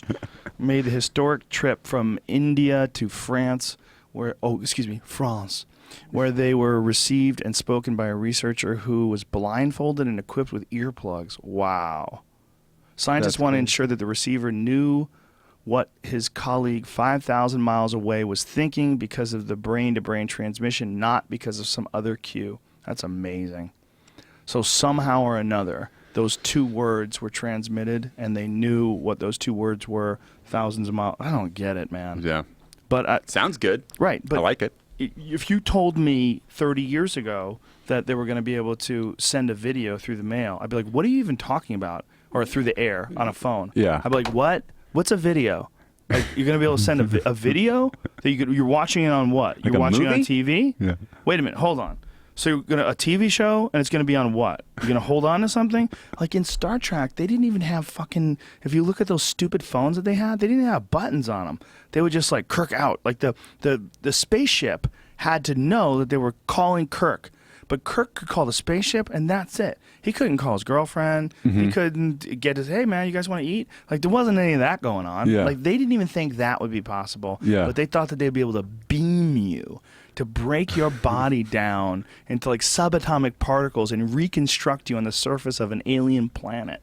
And like that makes sense, but you got a walkie-talkie or something. You got to say Kirk out, you know? Kirk out. You know, you couldn't even like see call ended on your phone. Like Yeah.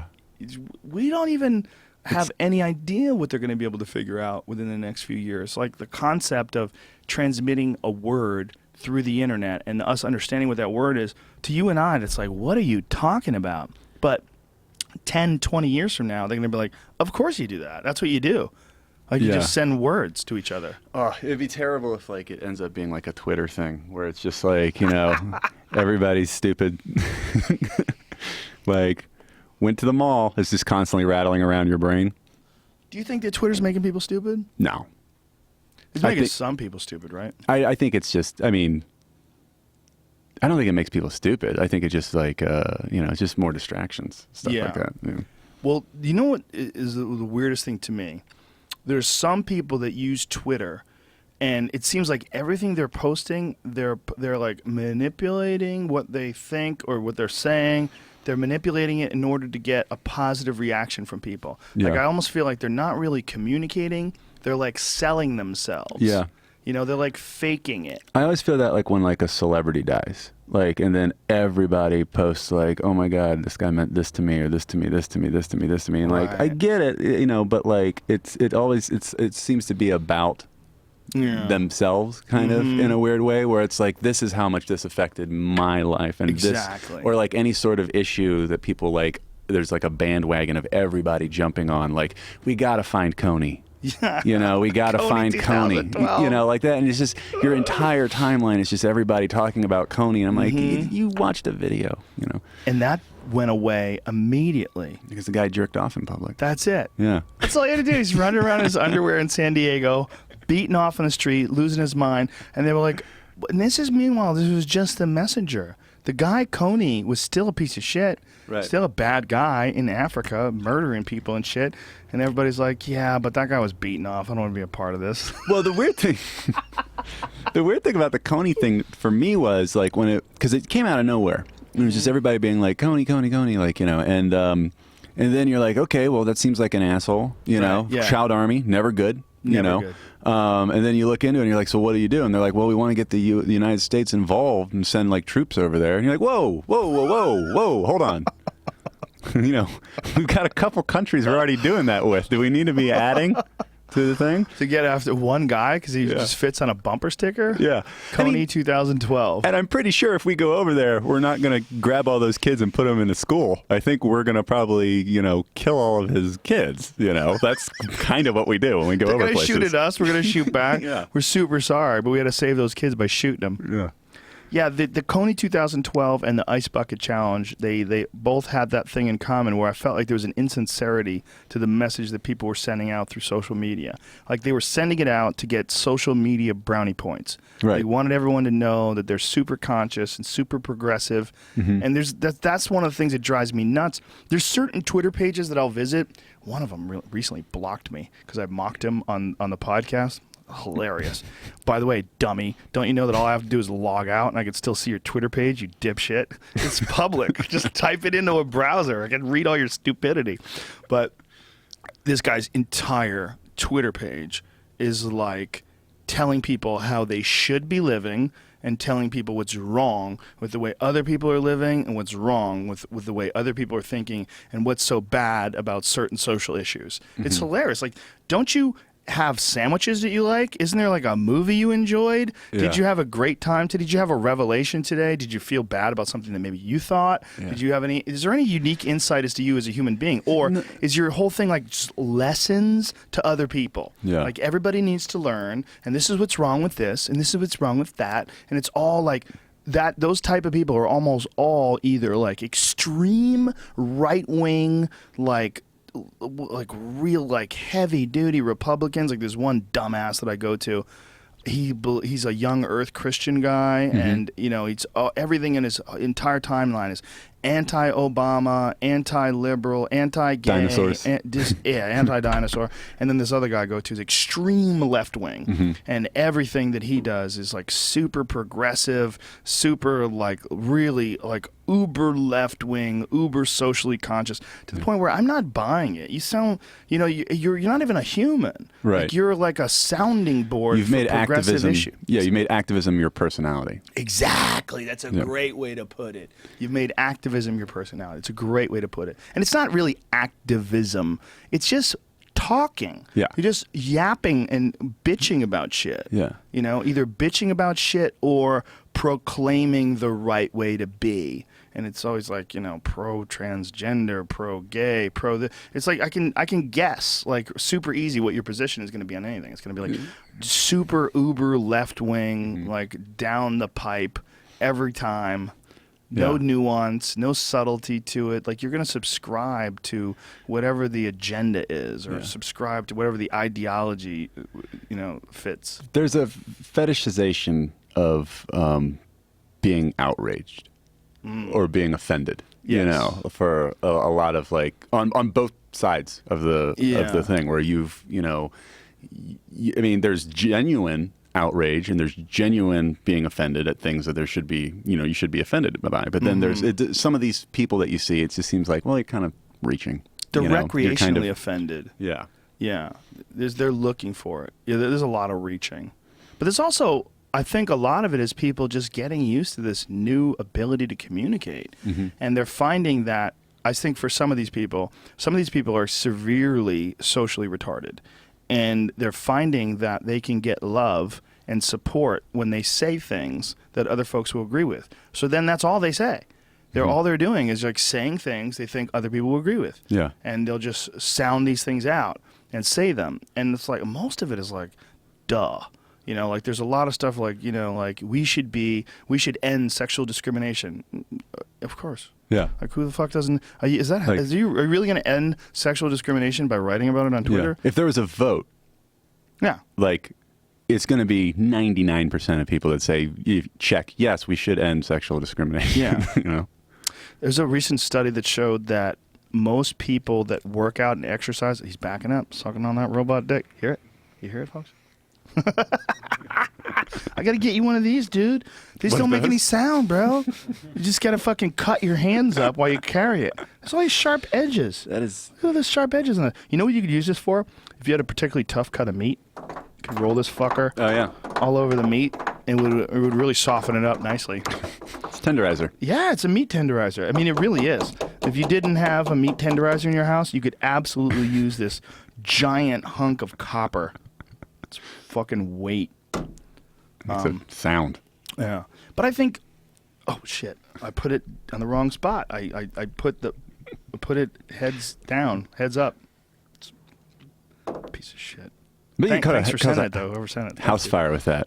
Oh, yeah, if you just left it up overnight and then explode. the whole copper heats up and just burns through your table. You know what would happen? It would make weird noises, and then your cat would come over, and your cat would touch it with his paw, and then he would burst into flames, and then he would jump on the couch, freaking out, and then the couch would go up, and then your fucking whole house would go into flames. And it's a Ben Stiller movie. It's just like what it is. Yeah, it was more like an Adam Sandler movie. Yeah. No. It'd be more Ben Stiller, right? Maybe Will Ferrell. Yeah. I'll say Will Ferrell. Yeah. I think that the internet and the ability to communicate, it's so fresh that there's all these like archetype, like stereotypical sort of characters that have come up, like the right wing guy. Like, you know who's a great one to follow? Chuck Woolery, the guy from 2 and 2. We'll be right back in 2 and 2. Yep. All that guy does is bitch about Obama. Yeah. All day. It's all about the Dems. He writes things like, anybody you write the Dems, you're an idiot. Yeah. If you write the Dems or the Libs, you're retarded. Okay. No Obama. No Obama. No is Obama. Great. But all he does is complain about Obama all day. All day. His fucking entire Twitter feed is complaining about the liberals. You know, meanwhile, he's like living in Texas and bass fishing and whining and then doing commercials for like prostate pills. Does he do? I mean, I feel like a lot of those guys do. Like, does he have a radio show? I don't think he does. Does he? Is he auditioning for a radio show? Is that what the Twitter feed is? Here's his. Oh, he has a fucking There we go. Save us, Chuck. Save Us, Chuck. Oh, come on. I did his show back. Hold on a second. Look at this. Today on Save Us, Chuck.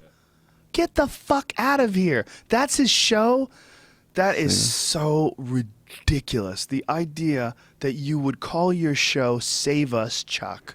Political satire from a Hollywood conservative. Oh my God. Oh, it's political satire? Is that what it is? You know what would be better? If somebody like Onion style made a Save Us Chuck and just mocked it openly.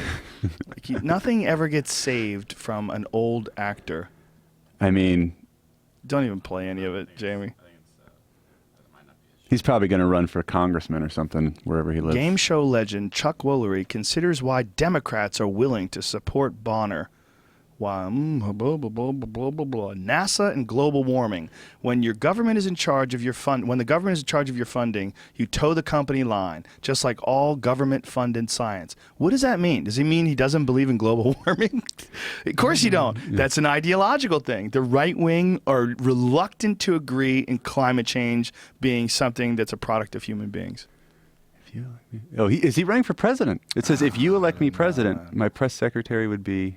Oh my God, is he serious? Oh, I hope that happens. And he write, if you, in gigantic capital letters, elect me president. Write him in. That would be hilarious. That'd be great. I always felt like he seemed like a nice guy when he was on that show. I did his show. I did the dating game. Get the fuck out of here! When I was 18 years old. No! I did stand up at the Laugh Factory when I was 18, and they had scouts for the dating game in the audience, and they were like, I guess at that time they were doing 2 contestants, and then the third contestant was always a comedian. So they were trying to find like kids that were doing stand up and like basically, you want to be on the dating game? So I got to go do. What was that like? It was weird. I mean, it was actually really like, because of laws or whatever, they had to make sure that everything is as they say. So you're not allowed to see the other contestant. You're not allowed to see the girl. Right. So they have people following you around with walkie-talkies, like, to make sure you don't look at her. Contestant number 3 is on the way to the bathroom. Make sure that So it's really like there was a lot of security with it. Wow, that's interesting. Did you meet Chuck? Did you hang with him? Did you talk to him about the libs? No, I met him when the show started and that was it. Here's a perfect ticket: Chuck Woolery, Ted Nugent together at last. Come on. I'd vote for it. Would you? Just to see what happens? Yeah. I would vote for someone ridiculous like that if they got in office and see things go exactly the same way they've always gone. Like just like Obama. Yeah. That's the kind of thing I would be really fascinated with. Yeah. Like, it'd be like, I bet, like really see like how much power the president actually has, know, kind of thing. I would love to see what happens if you did elect. Social stuff, though, is dangerous. The real danger with things like when really hardcore Republicans get in is like things like gay rights, abortion rights, like things along those lines. That is a real like marijuana legalization, the support of the DEA raiding medical marijuana. That's real. That's real. Like they really do have an impact on social issues. Supreme Court justices. Mm-hmm. Yeah, that's a big power the president has. But yeah, choosing those right wing fuckheads who barely believe in evolution. If they said you can vote for a starfish and a puppy and just see what happens, I bet a lot of people would vote just to see like. We would go to war with Iran the next day. Starfish hates Iran. The puppy's with it. Who would be the president, the starfish or the puppy? Yeah. The crazy thing is they're talking about Jeb Bush and Hillary Clinton. That is, terrifying. To me, insane. Because doesn't it feel like, you're just like, oh, the whole thing's fake. Yes. The whole thing. Oh, I mean, you kind of felt it the whole time, but isn't this like this is the smoking gun? Like, oh, it's all rigged. It's all been a trick. Like, I mean, Clinton for 8 years, old Bush for 4, and then young Bush for 8. We got Obama. Like, hey, we got a new name. And then, what, is Obama's wife going to run next? I mean, yeah. Or the is kids. Yeah. Well, you have Chelsea Clinton, then you've got no, but they really do. They've got a brand new Bush. They're down in Texas. They got a new one. Yeah, Who's the new one? Neil or something. Neil. He just ran for treasury or something, new and he Bush. won. And God. he's young and he's handsome and he's like they're saying like he's like the next in queue. Oh God, Neil Bush. No, that's not Neil. It's another one.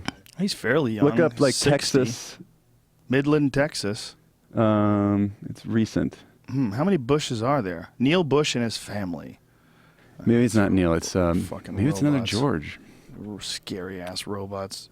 It's yeah, he's a Texas. He just won election like this year or last year. Chuck Woolery. That's who I'm voting for. God damn it. Chuck Save Woolery. us, Chuck. We'll be right back in 2 and 2. He would end all his fucking press conferences like that. Oh God. I wonder if he would be terrified if he won the presidency, just being like, oh, like I wonder if he would realize that he's not probably capable of being president, or if he would just not get it at all. Just be like, I should be president. I think he probably thinks he should be Yeah. president. Yeah. Yeah. Ted Nugent thinks he should be president. It's a narcissism thing. Just the idea that I should be in charge is. All presidents are probably crazy. I don't think anybody should be president. I really don't think that it should be an option. I It should be a think. computer. Yeah. I mean, well, maybe we'll probably get there in the next 20 years. We have a computer, we program in all of our laws, and we were like, okay, now, make the right choice. Yeah, but it's programmed by people, and people can influence the programming. I mean, that was one of the big deals with electronic voting machines, right? No, we have that computer be built by a computer. Oh, well, then we're fucked because the computer's just going to take over. Then it's like what Elon Musk is worried about. George P. Bush. See, look at that. That's going to be the next. He's going to be He's got president. a lazy eye. Look at that left eye. So did Kennedy. Somebody punched him. Kennedy had a Kennedy lazy had a eye. lazy eye? Yeah. I dated a girl who had a lazy eye, and I found lazy eye sexy for a short period of time. She was kind of a freak. She was a freak with a lazy eye. I developed a lazy eye fetish for at least a year. Did you?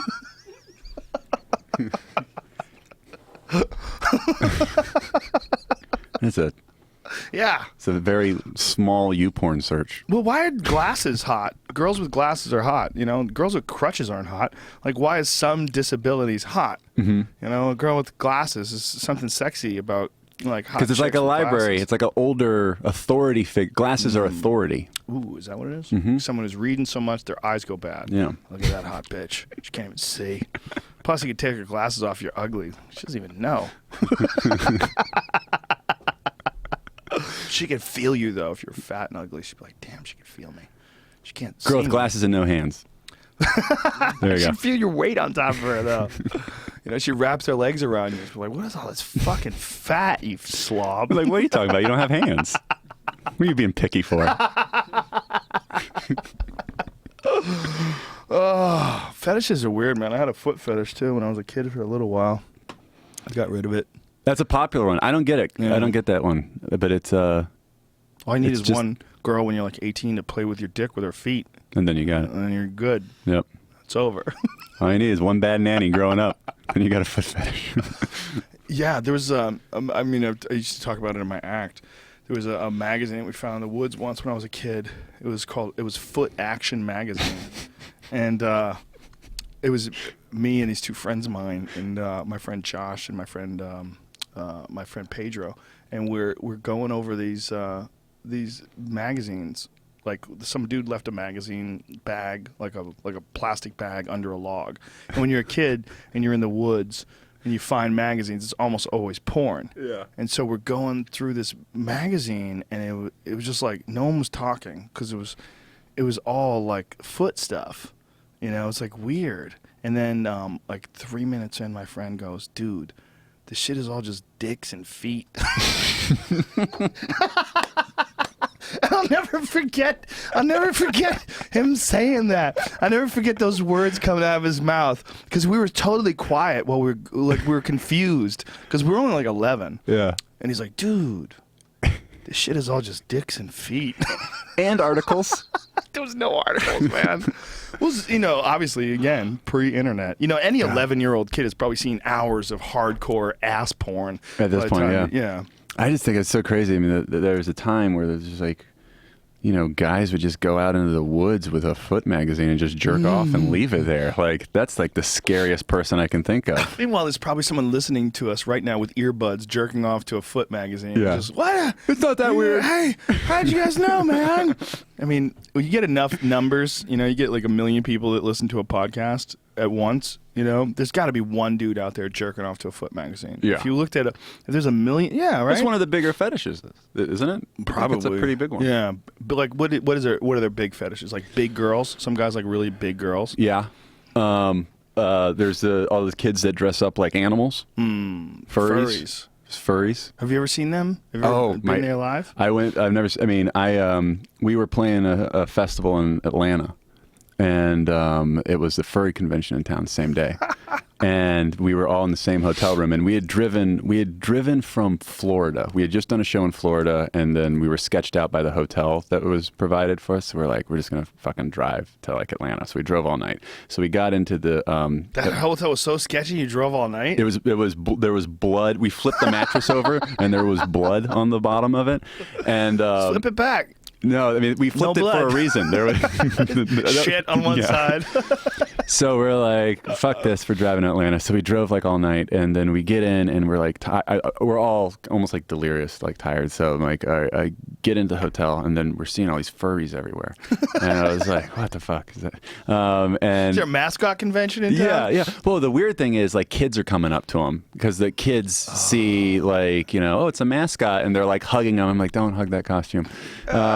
It's not goofy. But I checked into my room, and there was, it was most of the hotel was rented by furries, and there was the loudest, like, sex going on, like, against the wall while I was trying to sleep, and all I wanted to do is like midday, and I just wanted to get like a couple hours of sleep before the show that night, and it's just like loud sex, and then these guys just getting in fights, being like, I would never. There's repeating that again and again. I would never, and then just more sex kind of stuff. And then it was, that's my only encounter with furries. I stumbled upon one as well in Pittsburgh. I was in Pittsburgh, and apparently that's one of the places where they used to have a big one in San Diego, but they moved it to Pittsburgh because Pittsburgh is more open-minded than San Diego. That doesn't make any sense to me. But this guy was telling me that he might be bullshitting me, but apparently San Diego is like a pretty conservative town in a lot of ways because there's a lot of military down there. Mm-hmm. Well, you put a furry convention in a military community. That's probably not. That's probably. I had never seen it in person, and it was just total dumb luck that we were in town the exact same time. And when we got to our hotel, the people that were working there were ecstatic to talk to people that weren't furries and wanted to tell you all the things that furries were asking for. Oh, wow. And one of the crazy things they were asking for, they want all their food in bowls. They want to eat on the ground like a dog. And they asked, like, room service, they could deliver their food in bowls, like milk. They wanted milk in a bowl, like a dog, so they could drink out of it. And they wanted a litter box in the hallway. Oh. They asked for a litter box in the lobby. They got to draw the line there. Like, they were, what? The guy was like, what?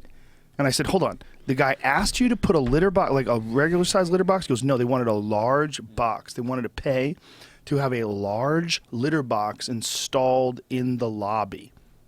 And their thoughts were, hey, we have this whole hotel.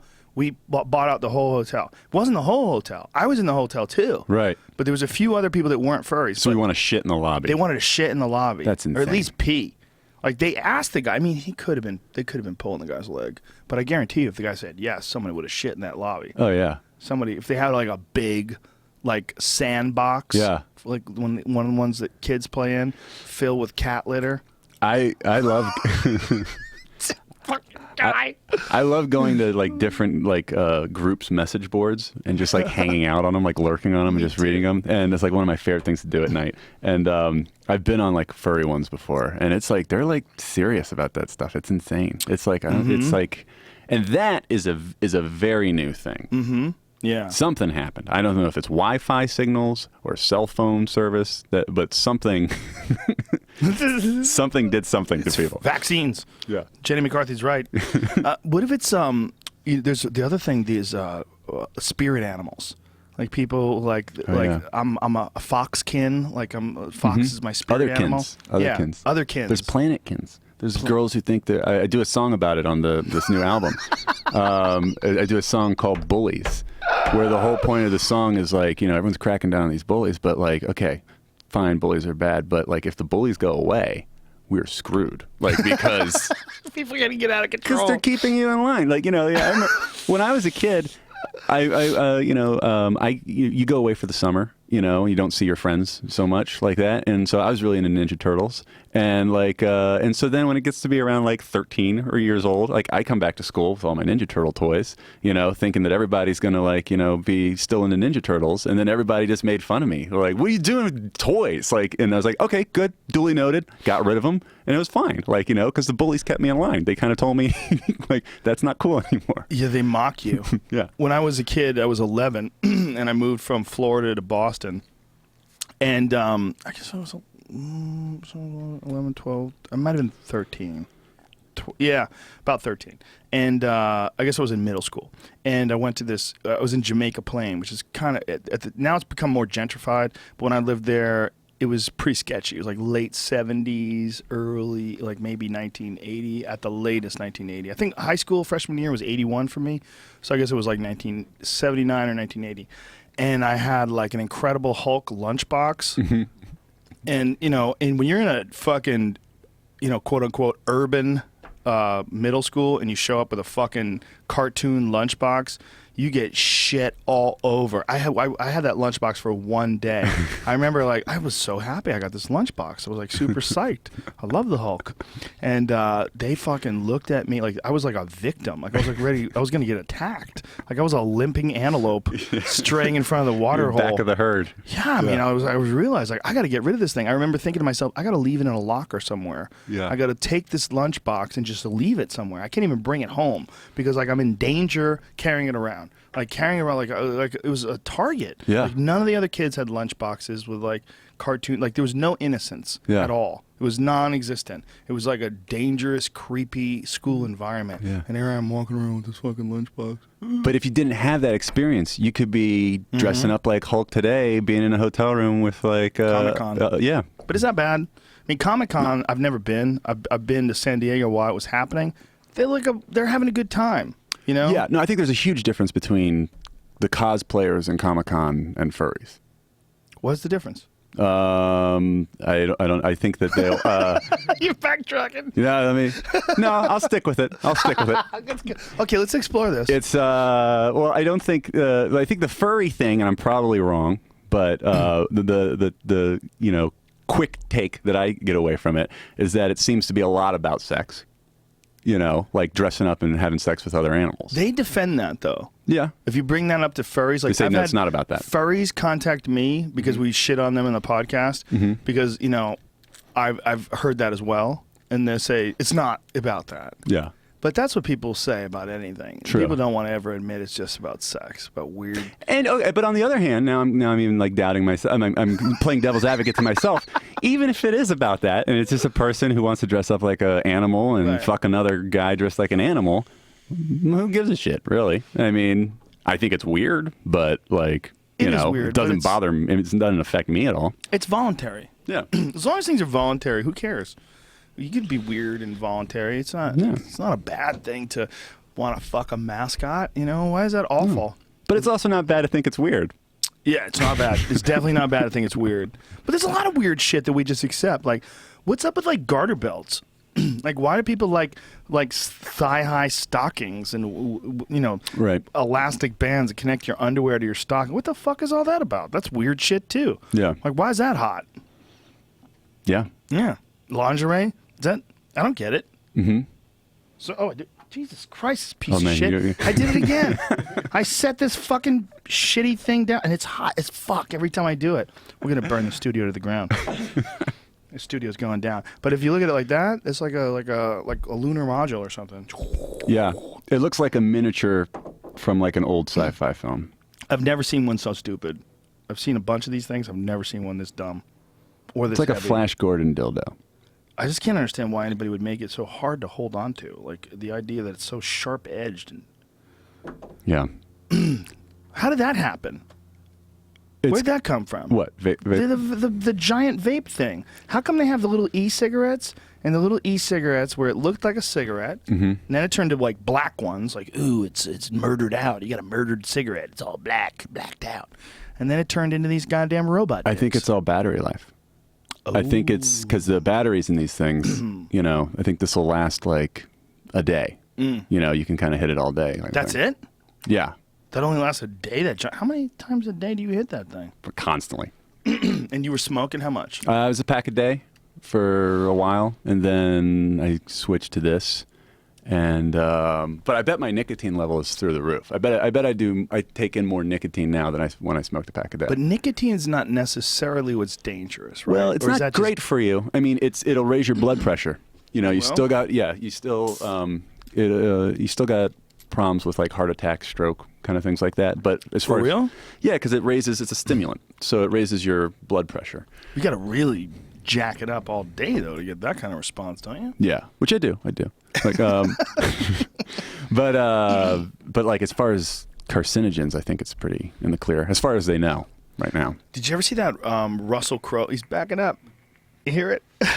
I'm trying to keep it quiet for the podcast. No, don't worry about it, man. What was that Russell Crowe movie, The Insider? Is that what it was? Yeah. Where he was a scientist that worked for the cigarette companies and was he was testifying about all the different chemicals that they put. Yeah. That's terrifying shit. Yeah. The number of chemicals they allowed, the FDA allowed 599 plus chemicals. It's I mean, I remember, I was just talking about this last week where there's, I remember when I was a kid, you know, you download like Anarchist Cookbook and all this stuff from like the internet, and there was a CIA handbook that you could download. I don't know if it's real or not, but and one of the things that they told you how to do in there is they said there's enough chemicals in a pack of cigarettes to kill somebody. And you boil it down, you distill it, and you can make like a paste that you would put on like a doorknob. And then if somebody like touches it, it'll kill them. Like it'll give them like same type of deal with the nicotine thing, where it's an absorbent, That's so toxin. Crazy. That's so crazy. It says here, cigarette smoke contains 4,000 chemicals, including 43 known cancer-causing compounds and 400 other toxins. 43 out of 4,000 is not that bad, though, if you know, only 43 of them cause cancer. But there is 599 ingredients. So I don't know why there's 599 ingredients and 4,000 chemicals. I don't know how that works. But all those things were approved. That's what's really crazy. Like they say, yeah, put that in. Yeah. Well, we're thinking about throwing formaldehyde and just say, oh yeah, cool. We're still golfing, right? Yeah, you're golfing.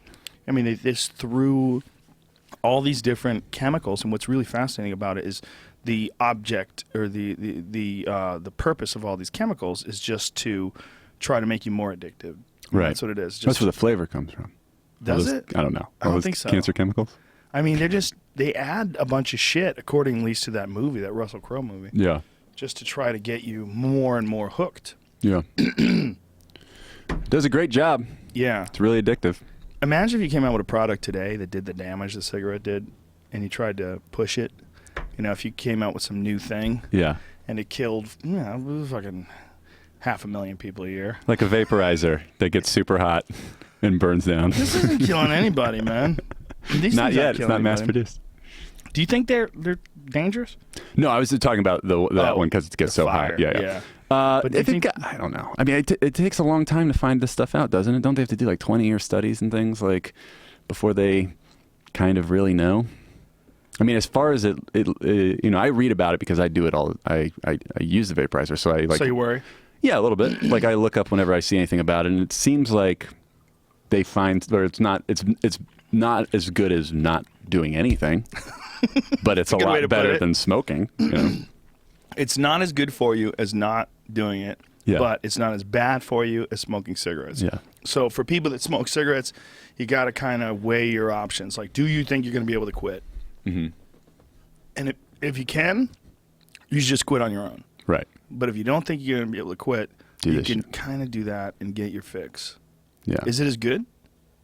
No, it's not as good. But like, I've been doing it for like 7 years now, and now I don't even like when I want nicotine. I don't think about a cigarette. Like You think I want, about that? Yeah. So When was the last time you smoked a cigarette? An hour ago. No.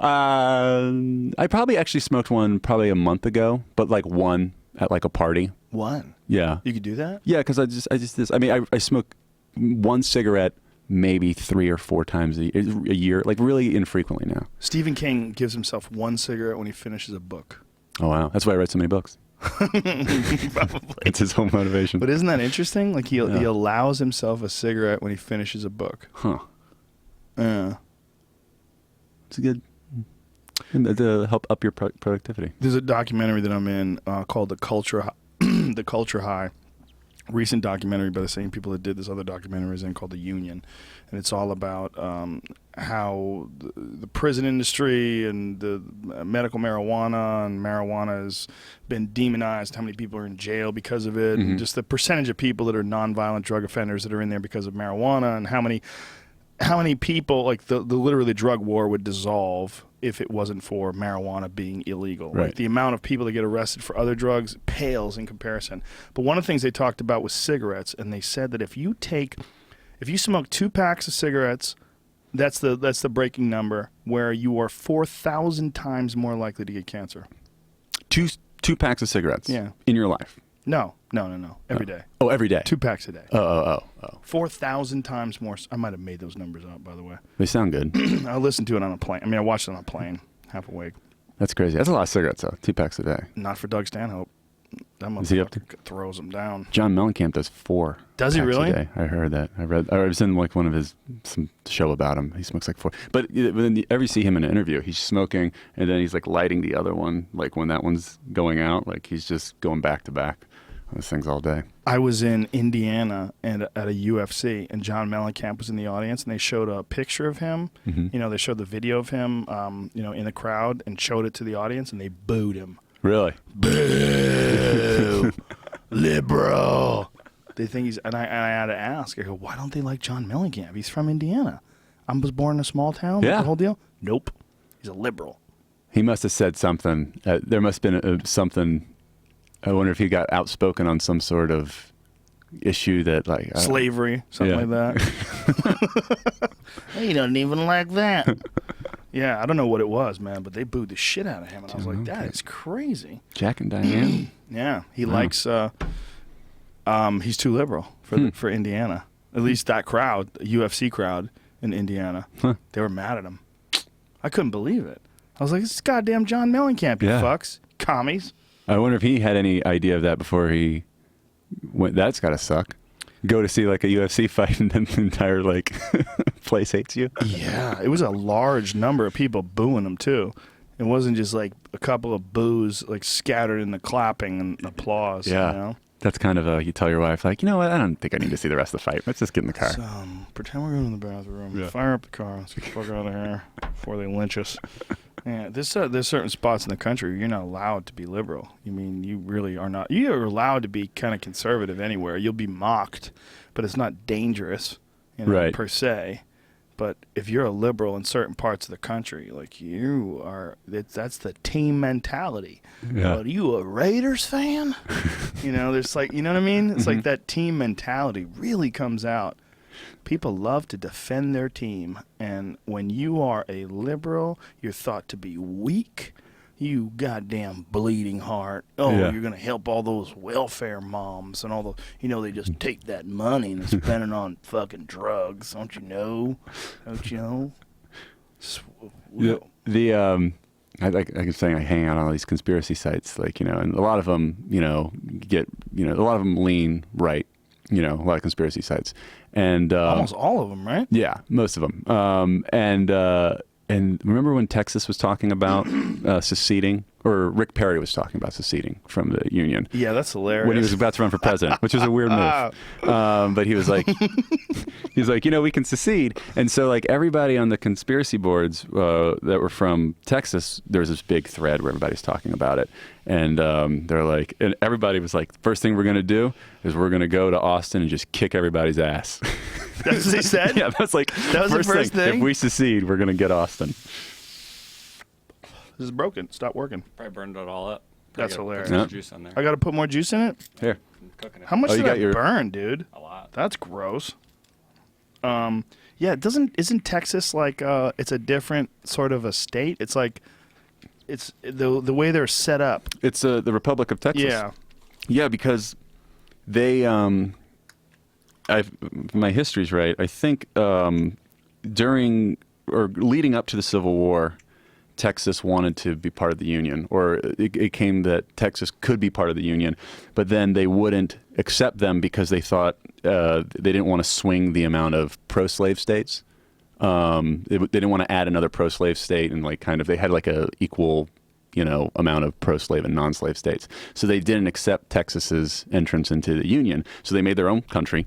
And then after the Civil War, when they asked Texas to come into the country, they had this kind of caveat, which they're like, okay, but at any point, if we want to leave, we can leave. If it gets shitty, it's a prenup. Yeah, basically. Texas is like the only state that came into the country with a prenup. And where they were like, okay, but we can leave at any time. And so I think that's what Rick Perry was talking about. Is this the thing I got to unscrew? Yeah.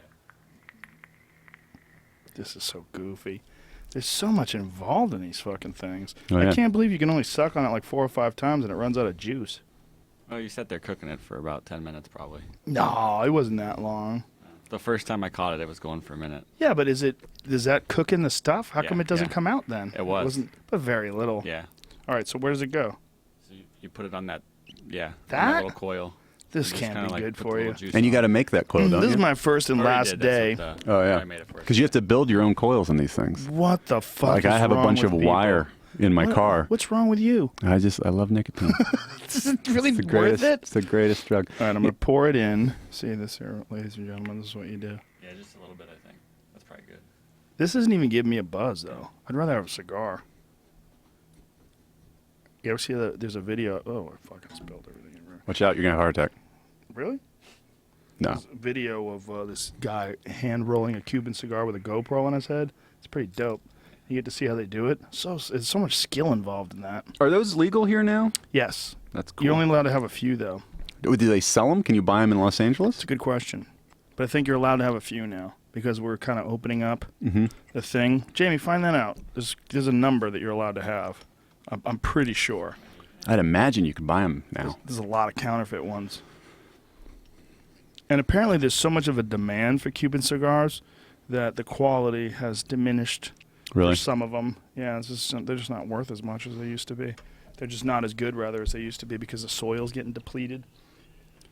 There's a lot of fake ones. There's a lot of counterfeit Cuban cigars. But it's another one of those things, just like the fucking rich guys that want to go to Everest. Says you can bring in $100 worth of alcohol or tobacco from Cuba. But do they sell them? Do they sell them here in the States I'll yet? do that next. I just did it again. I put this fucking stupid thing face up. I might be retarded. I need to go to a doctor. Maybe that's what's happening. This thing's making me stupid. That's what they'll find out. Yeah. I don't know, man. That's what happened to everybody. Well, then why does Stephen King say it makes him smarter? Well, he's just saying it makes him. Oh yeah. Made his brain work. Maybe it makes him. Maybe it makes you more creative, but not smarter. Well, that's what Tony Hinchcliffe says. Tony Hinchcliffe says when he smokes and he writes, it's just way better. It's like his brain just is firing up. Well, it's almost like all those. Well, I guess everybody smoked, so it's not really But like all those old writers, you think about like Hemingway, or it's all smoking and drinking and all this. Well, stuff. how about NASA? When they were trying to do the moon landing shit, they were all in the fucking control room. They were all puffing. It's kind of crazy. Yeah. They all had those weird, like... They're smoking in the spaceship. It was just. no. I don't know. Where it's fucking, They're smoking on the moon. There's like so many cigarette butts up there. They put the flag on. They got an ashtray on the moon. Buzz Aldrin. Yep. Yeah, the control room though in Houston when they were all like monitoring it, like they were all smoking. There's a bunch of guys smoking, Yeah. and they all looked like Peter Parker's boss from Spider-Man. Yeah. Like those haircuts. What was his name? J. Jonah Jameson. Yeah, that's That's what everybody looked like. the old school. They all died when they were 50. Cancer. See ya. Yeah. That's it. You got to a certain age. There's no wise old men. They just didn't make it. Just smoke cigarettes, die. Yeah. A few hardy souls lasted deep into their 60s, and they talk like this. Oh, they had those. Remember those things you'd see? People had those things on their neck so they could talk to you like this. Yeah. Do they do that anymore? Is that a That's a thing? good question. There's a commercial that they air from some woman. She was beautiful when she was younger, and then she smoked a lot of cigarettes and got cancer, and now half her face is missing, and she's got no throat. She wears a wig, and yeah, she has like the whole. I really hate those commercials. And she wears this thing on her neck. I get the point of the commercials, but they're so unpleasant, which is the point, you know. But there was a hack thing that comedians used to do. I don't know who invented it first. I think it was probably Hicks, who first started putting the microphone. He put a microphone on his neck and started talking like this. And then Leary kind of ripped it off from Hicks, and a bunch of other people started ripping it off from each other. It became like, well, no one can tell you can't do that. And then it was the hack thing to do. And you did a thing about smoking. And stick the microphone on your neck to represent those things. Remember, they used to have a thing they used to have to put. Yeah, it was. Like a fake voice box. Yeah, it was just something that vibrated, right? It did what your vocal cords would do. Yeah, or it somehow or another picked up on the sounds you were trying to make with your fucking cancer-ridden neck. And now we'll just be able to send it through our minds because of that technology. So that's the new. And maybe your mind would work better if you're smoking. Nobody would worry about throat cancer anymore. You don't even need that fucking thing. Yeah. We're on our way to becoming aliens, right? Aliens had those little tiny mouths because they didn't need them anymore. Yeah. Big, giant, stupid heads because all they're doing is like sending data with their heads. They need a large hard drive up there. Well, we'll probably end up just being computers where we'll upload us into like some sort of hard drive. Because probably more complicated than that. We're probably going to be some sort of artificial creation, like an artificial body. Like not necessarily a computer, but like, everything about us artificial. Not like living. Well, eventually probably a virtual thing. We'll probably realize like why are we so hung up on bodies. Yeah. We could just. Like maybe it'll probably just be like a computer that has versions of us, just kind of out of it's good to know where you came from. Computers paying respect. Like let's keep a lot of them virtually inside of us, and then the computers will go out and explore the galaxy and kind of. Yeah. And we'll just be kind of an interesting footnote, that they kind of pay respect to. What the fuck? Yeah. We'll be like, when you go to the zoo and you see those like fake cave people, they're like statues of the fake people by the cave. Like with Neanderthals. Yeah. This is where we came from. They were kind of not as smart as we are, and that's what we'll be to the computers. We'll have people. These are early men. They'll have people that are just bent over looking at their phone, and that's what. And they're like, "That's baby us. That's them with baby us." Yeah, instead of like having a club, all those big caveman Flintstone style clubs with the fur on, like 2001: A Space Odyssey looking people. Yeah. Instead of that, they just have a dude with an iPhone like at a staring Starbucks, down tweeting about how great the Jinx was. And then they'll have Google Glasses. This was the first step. Mm-hmm. They'll have Google Glass, and then have you seen the virtual reality ski goggles? Where you see the whole world in front of you becomes a desktop, and you start manipulating things in front of you. Oh, like yeah. Spin. Yeah, they have. It's like Minority Report kind of thing. Yeah, but it's all you're wearing goggles, and through these goggles, you could see. Like I could see you, but I also could like pull up things in front of you. Augmented reality. Yes. That's what they call them. Yeah. Yes, augmented reality. Augmented reality. And then Oculus Rift. Yeah, that's gonna be huge. That's scary. That comes out like this year, right? I don't know. I mean, there's versions of it now. Like Duncan Trussell has, he has an older version, but he just tried the newest version, and he called me up screaming and ranting and raving. Like this is, like apparently it's in 4K, so it's just insanely graphic, like insanely high definition, beautiful video, and the way they film it, they put cameras all over your body, like these little small cameras. So everywhere you're moving, that option is available. So like you move to the right, they've already got video of that. You move to the left, and the processing speed of computers today is apparently good enough to keep up with this. Yeah. And you go into a room, and when you go into this room, there's a guy playing the piano. And he goes, you really feel like you're in a room with a guy playing the piano. It's that good. That's crazy. Yeah, I was reading something about this company that's trying to start up where what they're going to do is take these, because I think it's like a spherical camera that is basically recording in all directions at once. But they want to go to like Everest. They want to go to the pyramids. And they want to plant one of these things, and you pay like a monthly service. And then you're just sitting in your home. You're like, I want to see what it's like at the pyramids right now. And you put this on, and you're there. They're going to put one on a satellite in low orbit, going around the planet, so you can just be like floating in space over like anywhere you want. And then they're saying that like what's really going to be crazy about it is how it's going to change news. Because like CNN will have their camera, like, Fox News will have their camera. So like, something happens in Ferguson, they go down there and they plant their camera there, and then you can just, all their viewers can just go and actually be at like where the news is happening, and you can kind of look around and see for yourself. You can watch the State of the Union with, the camera there, and you see what your specific state senator's doing. Yeah. Wow. Yeah. You can see John McCain playing poker on his phone, talking about going to war with Syria. Yeah. Remember when that was going on? He was advocating going to war with Syria, and he was playing fucking poker. Angry Birds. Yeah. They caught him doing it too, man. He's still working there. Yeah. Like that should be something you should be paying attention to, man. Maybe we should get somebody in there who's paying attention, not playing poker on their fucking phone, dude. Yeah. Christ. How trivial is war to you? It's so relaxed. It's less important than Farmville. Oh, he can't help it. He can't help it. It's like someone's sitting there talking to you at dinner. They have to check their phone. Yeah. And the call of kings and queens and aces just pulls him in. Yeah. God. How old is he? 1,000. Because people were like, when he was running for president, people were like, he's going to die in the next year or two. And that was 8 years ago now. Well, he's unhealthy, too. I mean, it's not like he's just old and he exercises a lot and, he's not Jack LaLanne. I mean, he was really fucked up because of being a prisoner of war. I mean, he was tortured, and his shoulders are fucked up, like really beyond repair. That's the thing. Like, he can't raise his hands. He can't like raise his arms over his head. He's not like physically well, but he makes sense sometimes. Which is weird. He's not off about everything. Like, he starts talking. Like, one of the things about when he and Obama were debating, they were talking about going into Afghanistan, and Obama was like, we'll just go in, we'll send troops, we'll take care of the bad guys, and McCain was like, whoa, wait a minute, man. That's when McCain made sense, because like, this is a guy who was in war, was a prisoner of fucking war, was tortured, was held by the Viet Cong.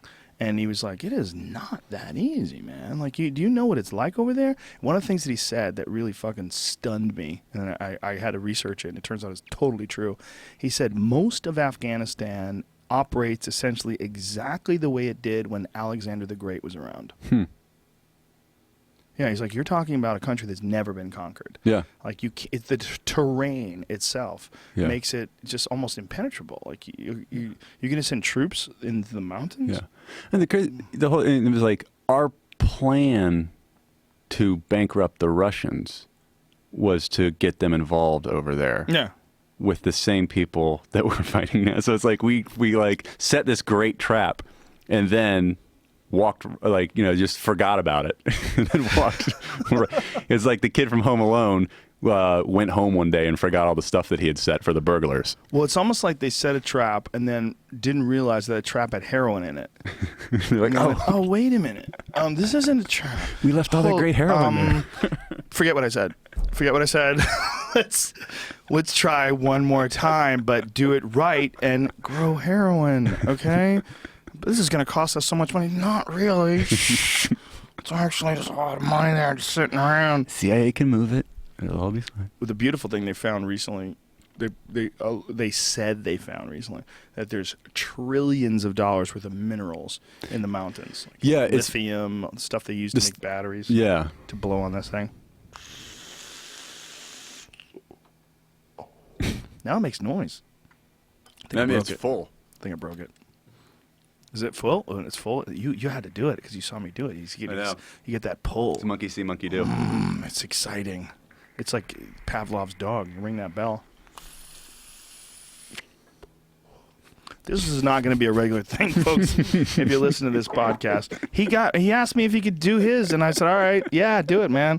And then I'm just fucking doing it too. I have bottles of this shit laying. What if I drank that? How quick would I die? Probably pretty quick. You think? I think within. Yeah. Like the whole bottle? Mm-hmm. $10 says that you die within. If you poured that into someone's drink, like, you know, people are always talking about like pouring roofies in someone's drink. What if you poured this into like someone had like a Jaeger bomb? Yeah, you just have a heart attack. You just probably have a heart attack within a couple hours. God.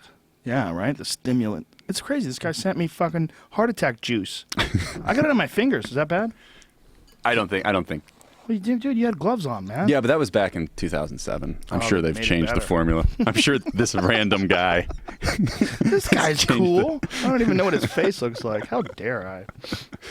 The whole thing is ridiculous, man. What's the next thing, you know? Well, they vaporized alcohol now. Have you seen that? Yeah, if you look it up on YouTube, it's crazy. No. Yeah, it's this. It's like this little kit you can buy, and you like heat it up, and you put like alcohol in it, and then people are just taking these vapor hits of alcohol. That's crazy. And then they just the FDA just legalized powdered alcohol this week. So now you can like snort vodka. What? Yeah, they approved it. That can't be good. But it sounds worth trying. Would you try it? Oh yeah. How would you know how much to take? Oh, just guess. Like, you know, one of the good things about alcohol is it's super powerful, but you kind of know what a shot of tequila is. Right. Shot of tequila is pretty uniform. Mm-hmm. You know, that's why like whiskey is okay, but moonshine's illegal. Right? Okay, yeah, I guess I never thought about it, but yeah, you're Some probably right. Because there's moonshines. some sort of, well, isn't moonshine just illegal because it's Not unregulated? taxed, yeah. You know, and they don't know what the percentage is that you're putting in there. Like Everclear, that stuff's legal, right? Yeah, And in that's- some states. Some states, Some states it's not. Yeah, states have weird laws on booze. Like Utah's got weird laws on booze. Like your beer can't even be that strong. Yeah, because Mormons. Yeah, fucking Mormons. I was there recently, and it was hilarious. When we landed, we were coming down the escalator, and there was all these people that were waiting there for the missionaries to return, the elders who were in like foreign countries, convincing these poor people to sign up and become Mormons. Not drink caffeine. It's so fucked up, man. So we're coming down the No, you can drink caffeine. I don't You really. just can't drink coffee. It's a loophole. You can't drink. You can't drink coffee, but you can drink caffeine. I So thought my you couldn't- friend who was a Mormon used to drink Monster energy drinks all day. Oh wow. And I was like, wait a minute. You're Why not can't- allowed to drink coffee, but you can drink that? He's like, yeah, it's not covered. It's not covered by Jesus. Jesus doesn't say anything about fucking Zion's energy drinks. He's cool with taurine. What is taurine? Is I that don't know. bad for you? Probably. That's the shit that's in Red Bull, right? This fucking dude, I'm not lying. I never saw him. It was like his arm is connected to his can of fucking Monster energy drink. He would drink that shit all day long. Yeah. Everyone's got to have something. If that's the only thing you can have, then you're going to be addicted to that. Well, before he was a Mormon, he had some issues with some substances, and then his wife got him to convert over, and then he just went with the program. But he liked his caffeine, so became a Monster's energy drink kind of a guy. But a lot of those dudes that are like AA guys, Cigarettes and coffee. yeah, they're not drug free by any goddamn stretch of the imagination. They're just not taking anything that just obliterates your consciousness. Right. They're just altering it on a consistent basis. Yeah. Yeah. Or something that's a little easier on your liver. Yeah, it's definitely easy. Well, the cigarettes aren't. Cigarettes bad for your liver? I didn't know It's that. bad for everything. Oh. Your whole body's like, what do we do with this shit? It's in your bloodstream. Your pancreas, apparently. Pancreatic cancer is a big one with cigarette smokers. The lungs, of course. But there's it stunts so many different processes in your body. There's so many different things that are just going, what is all this shit? People should just do nitrous all day, every day. That's the cleanest. Just do whippets, man. There's something about doing whippets. If you commit to like whippets and huffing paint are kind of in the same category. Like, wait, what are you doing? Yeah. You're taking some stuff that you're not supposed to get high with and you're using it to get high? Yeah. That's not cool. But meanwhile, the whippets fuck you up more than a glass of Jack Daniels. Whippets are amazing. They're like, I went through a phase where I was doing a lot of whippets. And, Really? Oh God. And it was, I mean, you had to stop because it was just like, I enjoy this. Doesn't it give you brain damage? Well, everything gives you brain damage, doesn't Everything? it? I mean, you lose like 200 or 20,000 brain cells a day just from, waking up, kind of walking around. Like, So it's, I mean, I think it's, How many do you have? it's like 1,000. Do you get new ones? No, you don't. I don't think you get new ones. Ever? No. Fuck. I think you have what you have. Well, I think you get new ones if you do mushrooms. It's the only way. That makes sense. Probably. Yeah. Really, for real. Yeah. It's like one of the few things that have been shown to like regenerate neurons in the brain or something like that. So just do as much mushrooms as you were doing nitrous, and you'll be fine. It's a nice Maybe equilibrium. You probably have to live in a mountain somewhere. You probably get so detached from everybody. Just show yourself for when you're getting firewood, and then go back to your cabin. I was doing a sketch, like a music video for. It was this country music song called, it was about like blue laws in the states, like, and if they won't sell you alcohol, the song's called "What About Mouthwash," and it was like, all these different things, like what about mouthwash, what about huff and paint, and all these things that you could do. And for the music video, it was like, oh fuck it, we'll just, we're in the truck, got some paint and spray paint in a bag, and my friend had like mouthwash, and so we just like did it for the shot, and I just because the shot was on, so I just sprayed the spray paint in the bag, and then I just huffed in, and it's so fast, it's so immediate, and it's so high. Like, what does it do to you? It's like I did it, and I was like, and then I like kind of broke take. I was like, whoa, like I was like, this really works. Like huffing paint is like the real deal. Oh, that's so funny. It's quick. That's so funny. Yeah. Oh, have you ever talked to someone who works in an auto body shop, like spray painting cars? No. They wear those masks and shit, but it doesn't really work. I mean, it works a little bit. But if you're spray painting a car, you go into those booths, those guys get high as fuck. Ugh. That's like the hidden secret of auto body work. It's such a dirty high, too, I would imagine. What is the paint high? This huffing. It doesn't feel like it's good for you. Like it's not like you're drinking kale shakes. Yeah, no, you're like lightheaded, and you're like, whoa, I'm high, and you're like, this is gonna feel bad when it wears off. Oh God, that's so crazy! Wow, everybody's seen those images of the guy who got arrested several times, and he has paint, like a fucking goatee of silver paint all over his face. That guy. Like, fuck, man, that's so weird. You ever see that?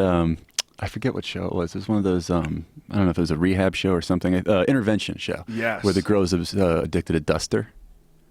The dust stuff that you spray on your keyboard. Spray on your keyboard, the air? Yeah. What does that do to you? I guess it gets you high. I don't know. I've never done it. But like, she was going through, like, and they would follow her to Walmart, and she'd go to Walmart and just fill up her cart with duster. And like, she does this every day. Just goes through and just does duster all day. The problem with that show is I've been exposed too much to how television works. Mm-hmm. And I just, part of me is calling bullshit.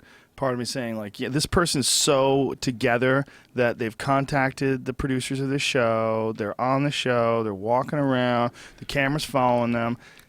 Really? Right. Are you sure? Or are you sure they're not engineering this whole thing? But do they call, or do their families call? That's a good question. I just don't get why.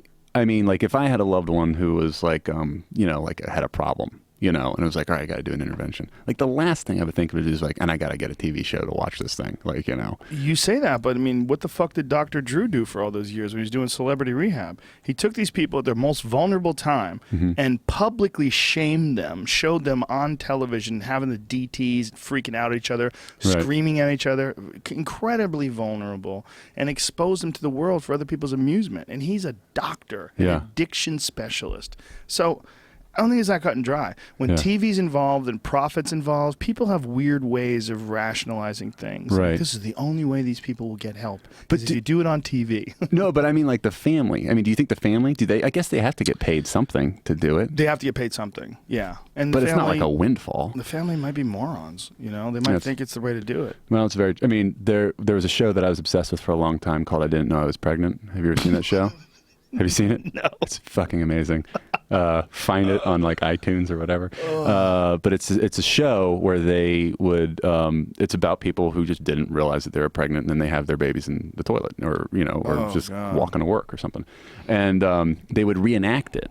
Like, it was kind of like Unsolved Mysteries style, where they'd interview the real people, and then they'd have actors like playing it out, like, oh, my stomach hurts, I'm gonna go take a shit, and then the baby they'd throw. The crazy thing about the show is that I watched one episode where they had the mom get up, and then the camera goes into the toilet, and they put a real baby in a toilet, like a real, like, for the shot. What the fuck? Like in the water? Yeah, they put a baby in the toilet bowl for the shot, and I was like, oh my God. Did it have a diaper on, or was it naked? There's the angle you couldn't see. I don't know. I'm just kids holding onto the seat, going, what the fuck, Mom?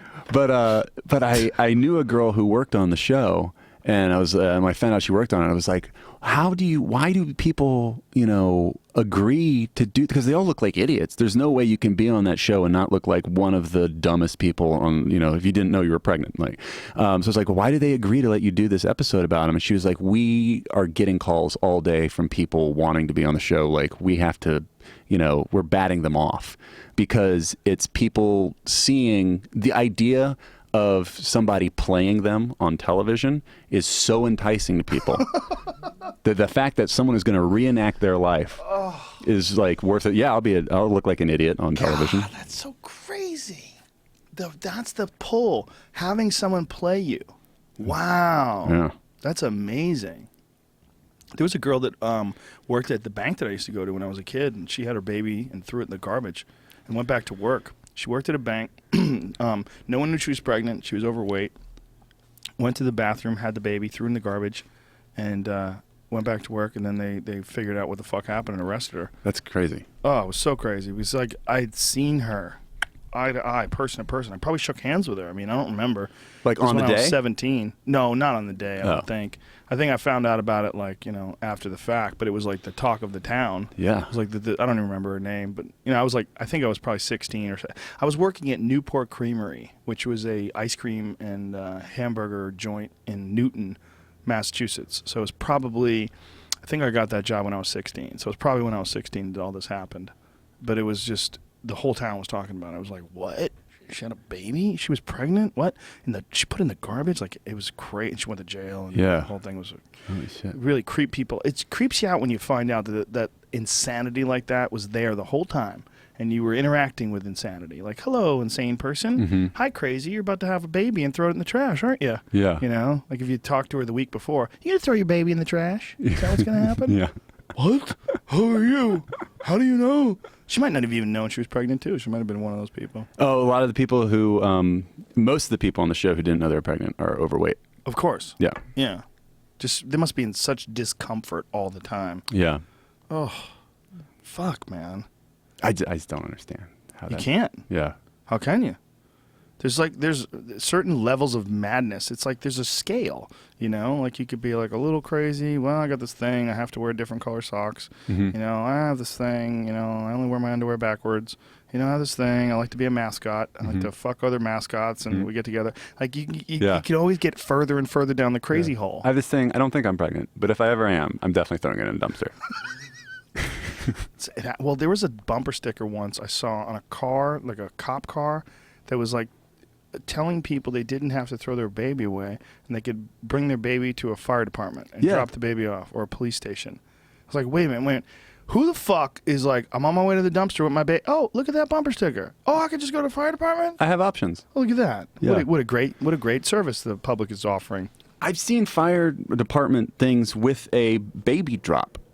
Like, window. I mean, it's not like a Blockbuster Drive-through. video, but I mean, it's like, it just says, I've seen the sign that says like, this is where you can leave an unwanted baby. So it must happen frequently enough that it's a regular thing that like people are like, okay, fire departments are places that we can do this. Fuck, man.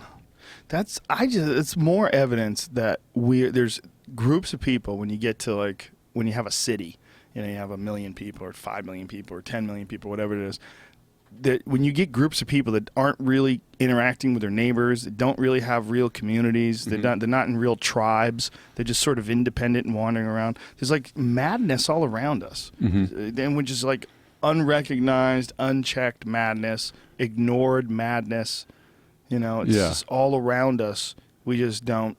You don't deal with it. Like if there was only 50 of us and we lived in the jungle together, you would know that bitch is pregnant. Damn. Yeah. Yeah. First of all, she wouldn't be fat because she would have to like gather food and everybody's thin. It's a law. It's a law? How to drop off an unwanted baby with easy pictures. What? Wow. Safe haven law. Safe haven law. You must drop them off at a police department, fire station, or any hospital. If a parent were to change their mind, they have 30 days after dropping off their infant to get their baby back from the state. You have 30 days. Oh, that makes me so sad. That's crazy. Imagine, like, on the 29th day, the 24th hour, you come in. I just want my baby back. Sorry, you just missed the cutoff.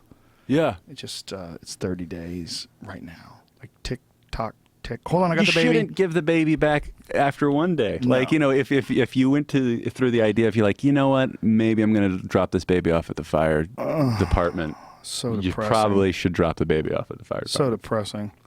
It's so depressing. Imagine being that poor fucking kid, and you find out that your mom dropped you up at the fire department. It's probably better.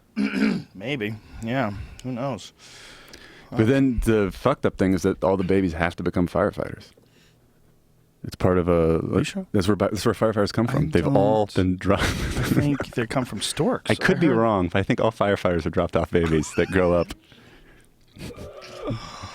Fuck, man. You have to live in the firehouse. Yeah. Where's my toys? I don't want an axe. You got the cool pole. You got the Dalmatian. It's pretty Pole. good. It's great if you're a stripper. You get early training. Fuck, man. God damn. What a weird world we live in, huh?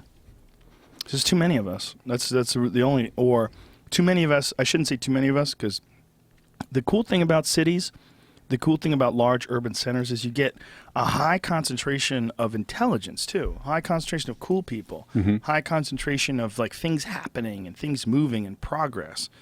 But there's too many of us that aren't in contact with each other, you know? Yeah. Well, it's a weird. Didn't like the population of the entire world stayed somewhere around 1 billion for as long as we can, like, kind of, for a long time, like, hundreds, maybe thousands of years, and then like once we invented, basically once we figured out how to use fossil fuels, Yeah. and like plastics and things, it shot up to like 7 billion within like 100 years. You have more of a chance. I mean, there's more people now than there's ever been by like a huge long shot. Huge. Yeah, there was a thing that I was listening to the other day that was talking about the population of the United States during World War II. And it was the 1940s, it was 150 million people or less. Really? Yeah. Now it's more than 300. It's like 350. Is it's it? Like 350. Something like that. That's fucking crazy. And then the world population is much larger than that. The world population was at the time, I think, only like 2 billion, and now it's at 7, Yeah. which is like stunning. Yeah. Just astronomical increase in human beings. What was that, like 1 billion around like 1900 or something? So Was it's it? like, yeah. The whole world. Yeah. And so it's like doubled. It doubled in like 40 years, and now it's crazy. Yeah. A lot of people. And that's what makes you wonder. But that's the other thing about the points to urbanization and to improvement of the quality of life is that apparently when the quality of life improves and there's more resources, people have less kids. And and also when the quality of life improves and resources improve, the people, how does it go? The people have less kids because their careers become more important. And they become more concerned with progress and with their career than they do with having a family. So they have families later and later. That's one of the things they also attribute to the increase in autism. I think there's a contributing factor. Apparently, like several-fold, is when you have children after a certain age, like For especially men, right? men and women. Both of them. Don't they think that it's linked to the male side? That too. But women as well. Yeah. Women as they get older, like birth defects, increase in birth defect issues. They didn't think it was men at all for a while, but now they do. Now you used to think it was just the age of the woman, but now they think it's the age of the men as well, the age of the sperm. Because that's like going through the roof too. It's like something like 1 in 25 now, or something like that. Autism. Yeah. I think they also think that that's also because they It's didn't undiagnosed. they didn't really know what was wrong with Billy, and now Yeah. they've given it a name. Oh, he's got autism, or he's on the spectrum. He's got a spectrum disorder. He's got Asperger's, and just fuck. Whatever, dude. What a great way to end this podcast. Started out on AIDS, ended up on autism. Dropping off babies This has been at the hospital.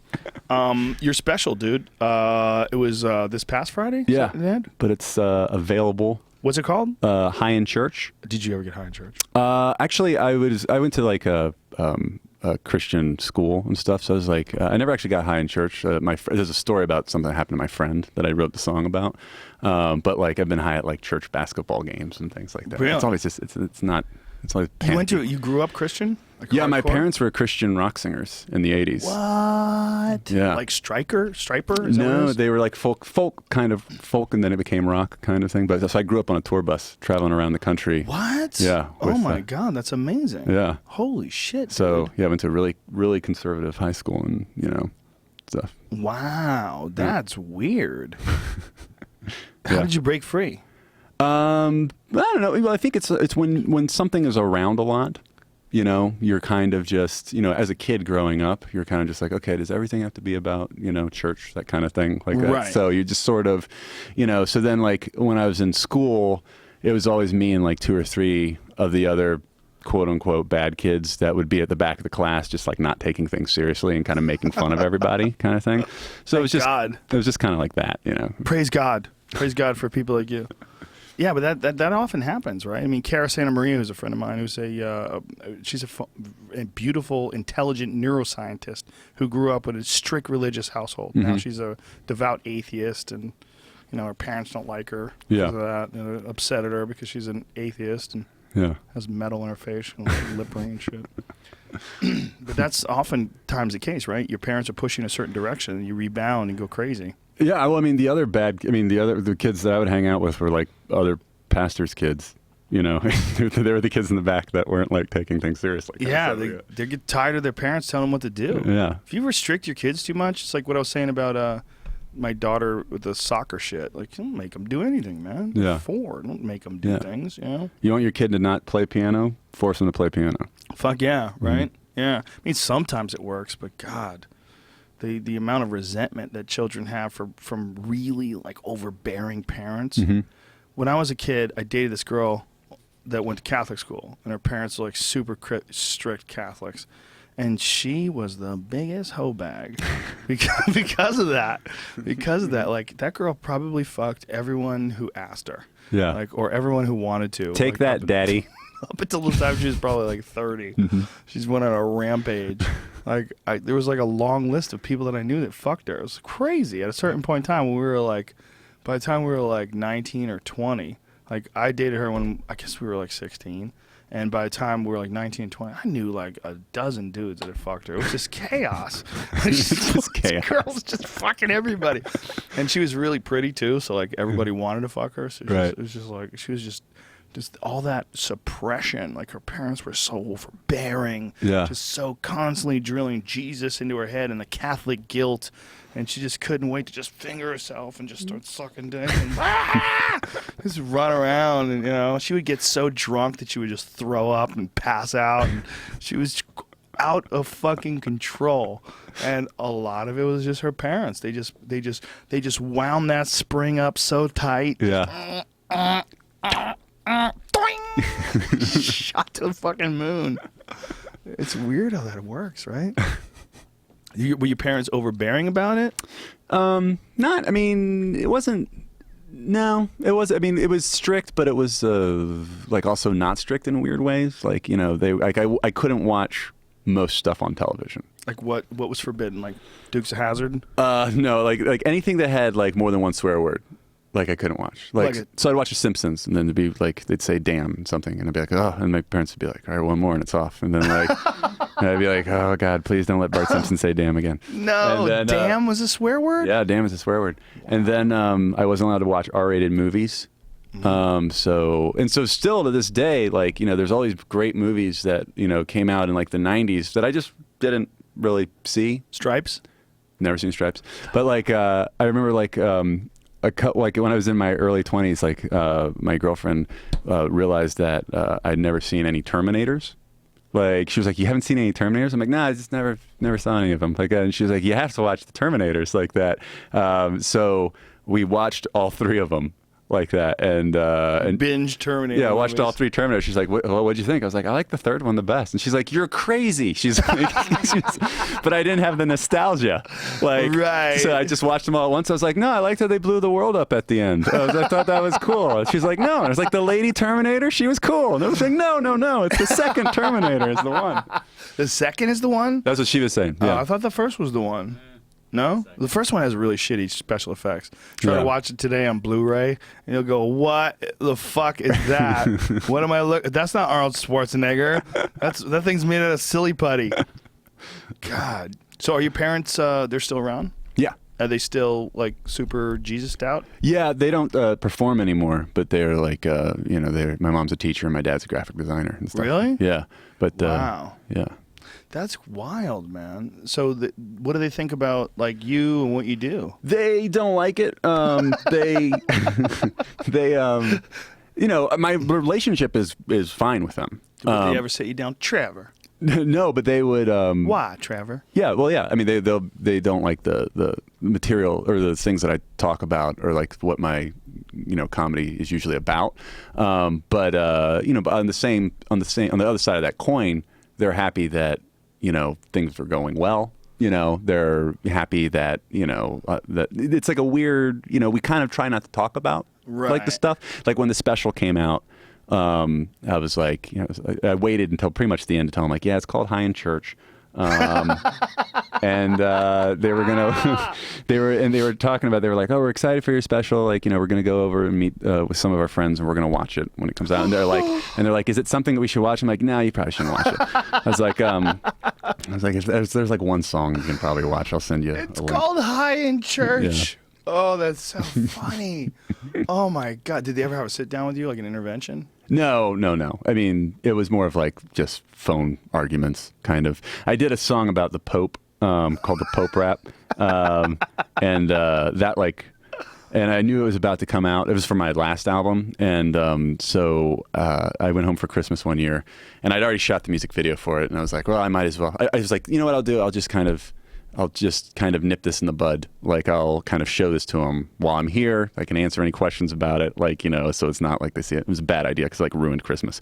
It was a big like fight. And so now I've learned from that. I'm like, just don't watch it. What was their argument? What did they say to you? Well, it's just like, why would you? Oh, you know what it is? I mean, you know what it is? It's like, I think a lot of they think that it's a personal, or they used to think that it was a personal affront to them, and it's not. Like you were rebelling against mocking, them specifically, or mocking because they were Christian musicians. And I could see them thinking that, but it's like what I kind of had to explain is like, a lot of my comedy is about religion, history, and politics.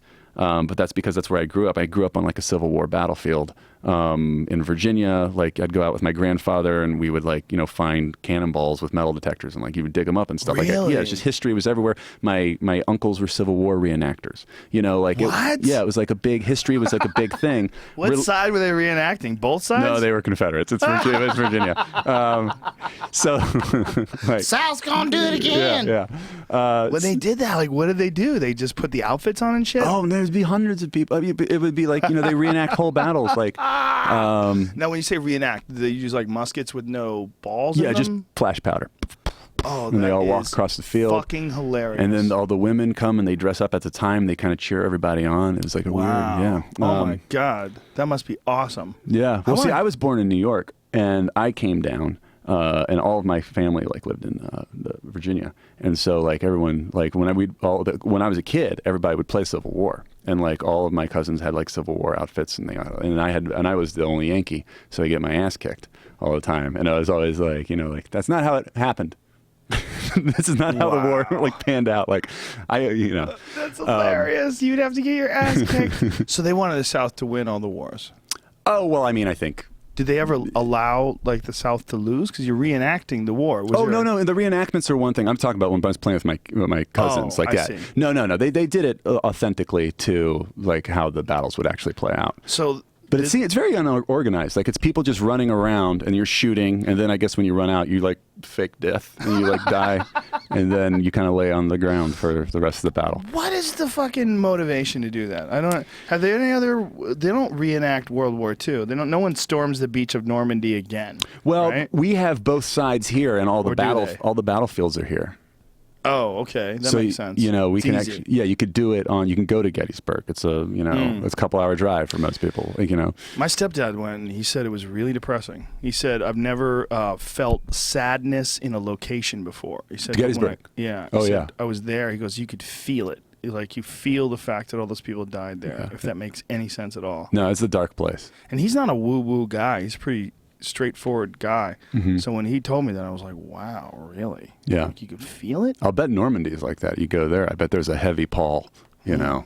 Oh, I'd imagine. There was somebody who did something on Normandy where they made like sand images of all of the bodies, like that represent the thousands of people that died on that beach, and it was really creepy. Because you looked, I think it's important, like, for people to understand the actual loss of life that you're dealing with. Yeah. But when this guy did it, he was like an artist. There it is. Wow. That's and those things that are there, are those things from the war that are still there? Is that what that is? Those black things, yeah. Is that what those are? I think they are. I think that's what that is.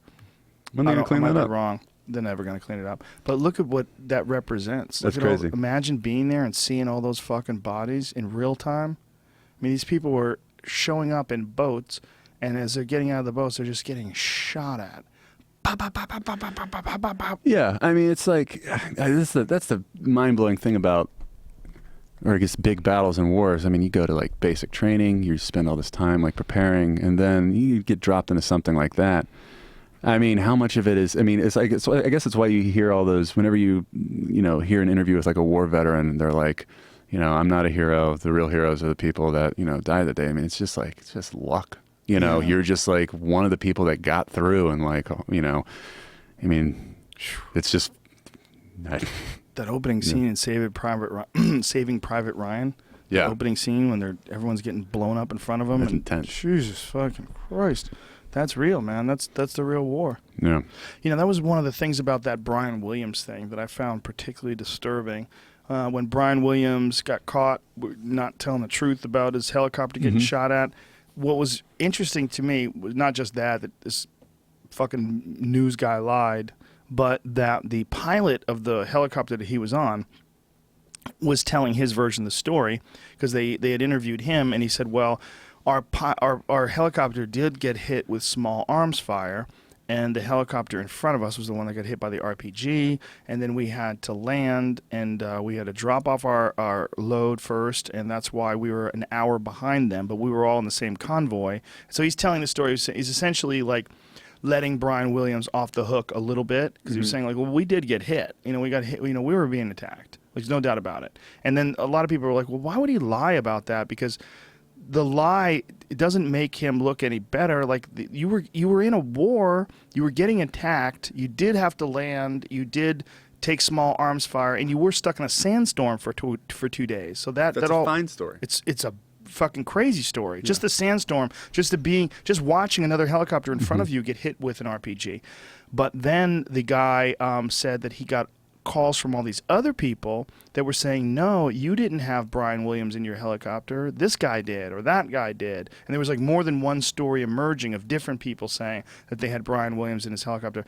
And then he said, you know what? I don't even want to. I might be wrong. I don't even want to talk about this anymore because I've been doing these interviews about this. Now all the nightmares are coming back. Oh, wow. And he's like, I had tried to put this aside, and it put in my mind. It made me really think about getting over traumatic situations like that, and how much of the truth of we're talking about like 12 plus years ago, how much of the truth do you retain in your memory, and how much of it is just really, really confusing and fucked up, because it's just bullets and chaos and nightmares and dead bodies, and who knows how many times that guy saw somebody die, and then they're asking him to recall a very specific instance where one very specific, unremarkable at the time news guy was with him. Yeah. Unremarkable at the time because nothing happened other than this news guy was there. He probably took a bunch of different people. Yeah. Who knows? He's not excited that Brian Williams is in his helicopter. He doesn't care. The crazy thing is he's in war, and he's getting shot at, and he's all PTSD'd out. And so, he said, respectfully, I don't want to talk about this anymore, just because of my memories. Like, it's really fucking me up, and all these things that I had tried to forget, now I'm being forced to remember them again, and my memory might be fucked up. Yeah. I was like, wow, that's something to consider, that memories are not carved in stone. They're just not. And they change. I mean, aren't they like they're almost hardly used in courts? eyewitness stuff, like, because it's like it's you change, embellishment, like you always tell.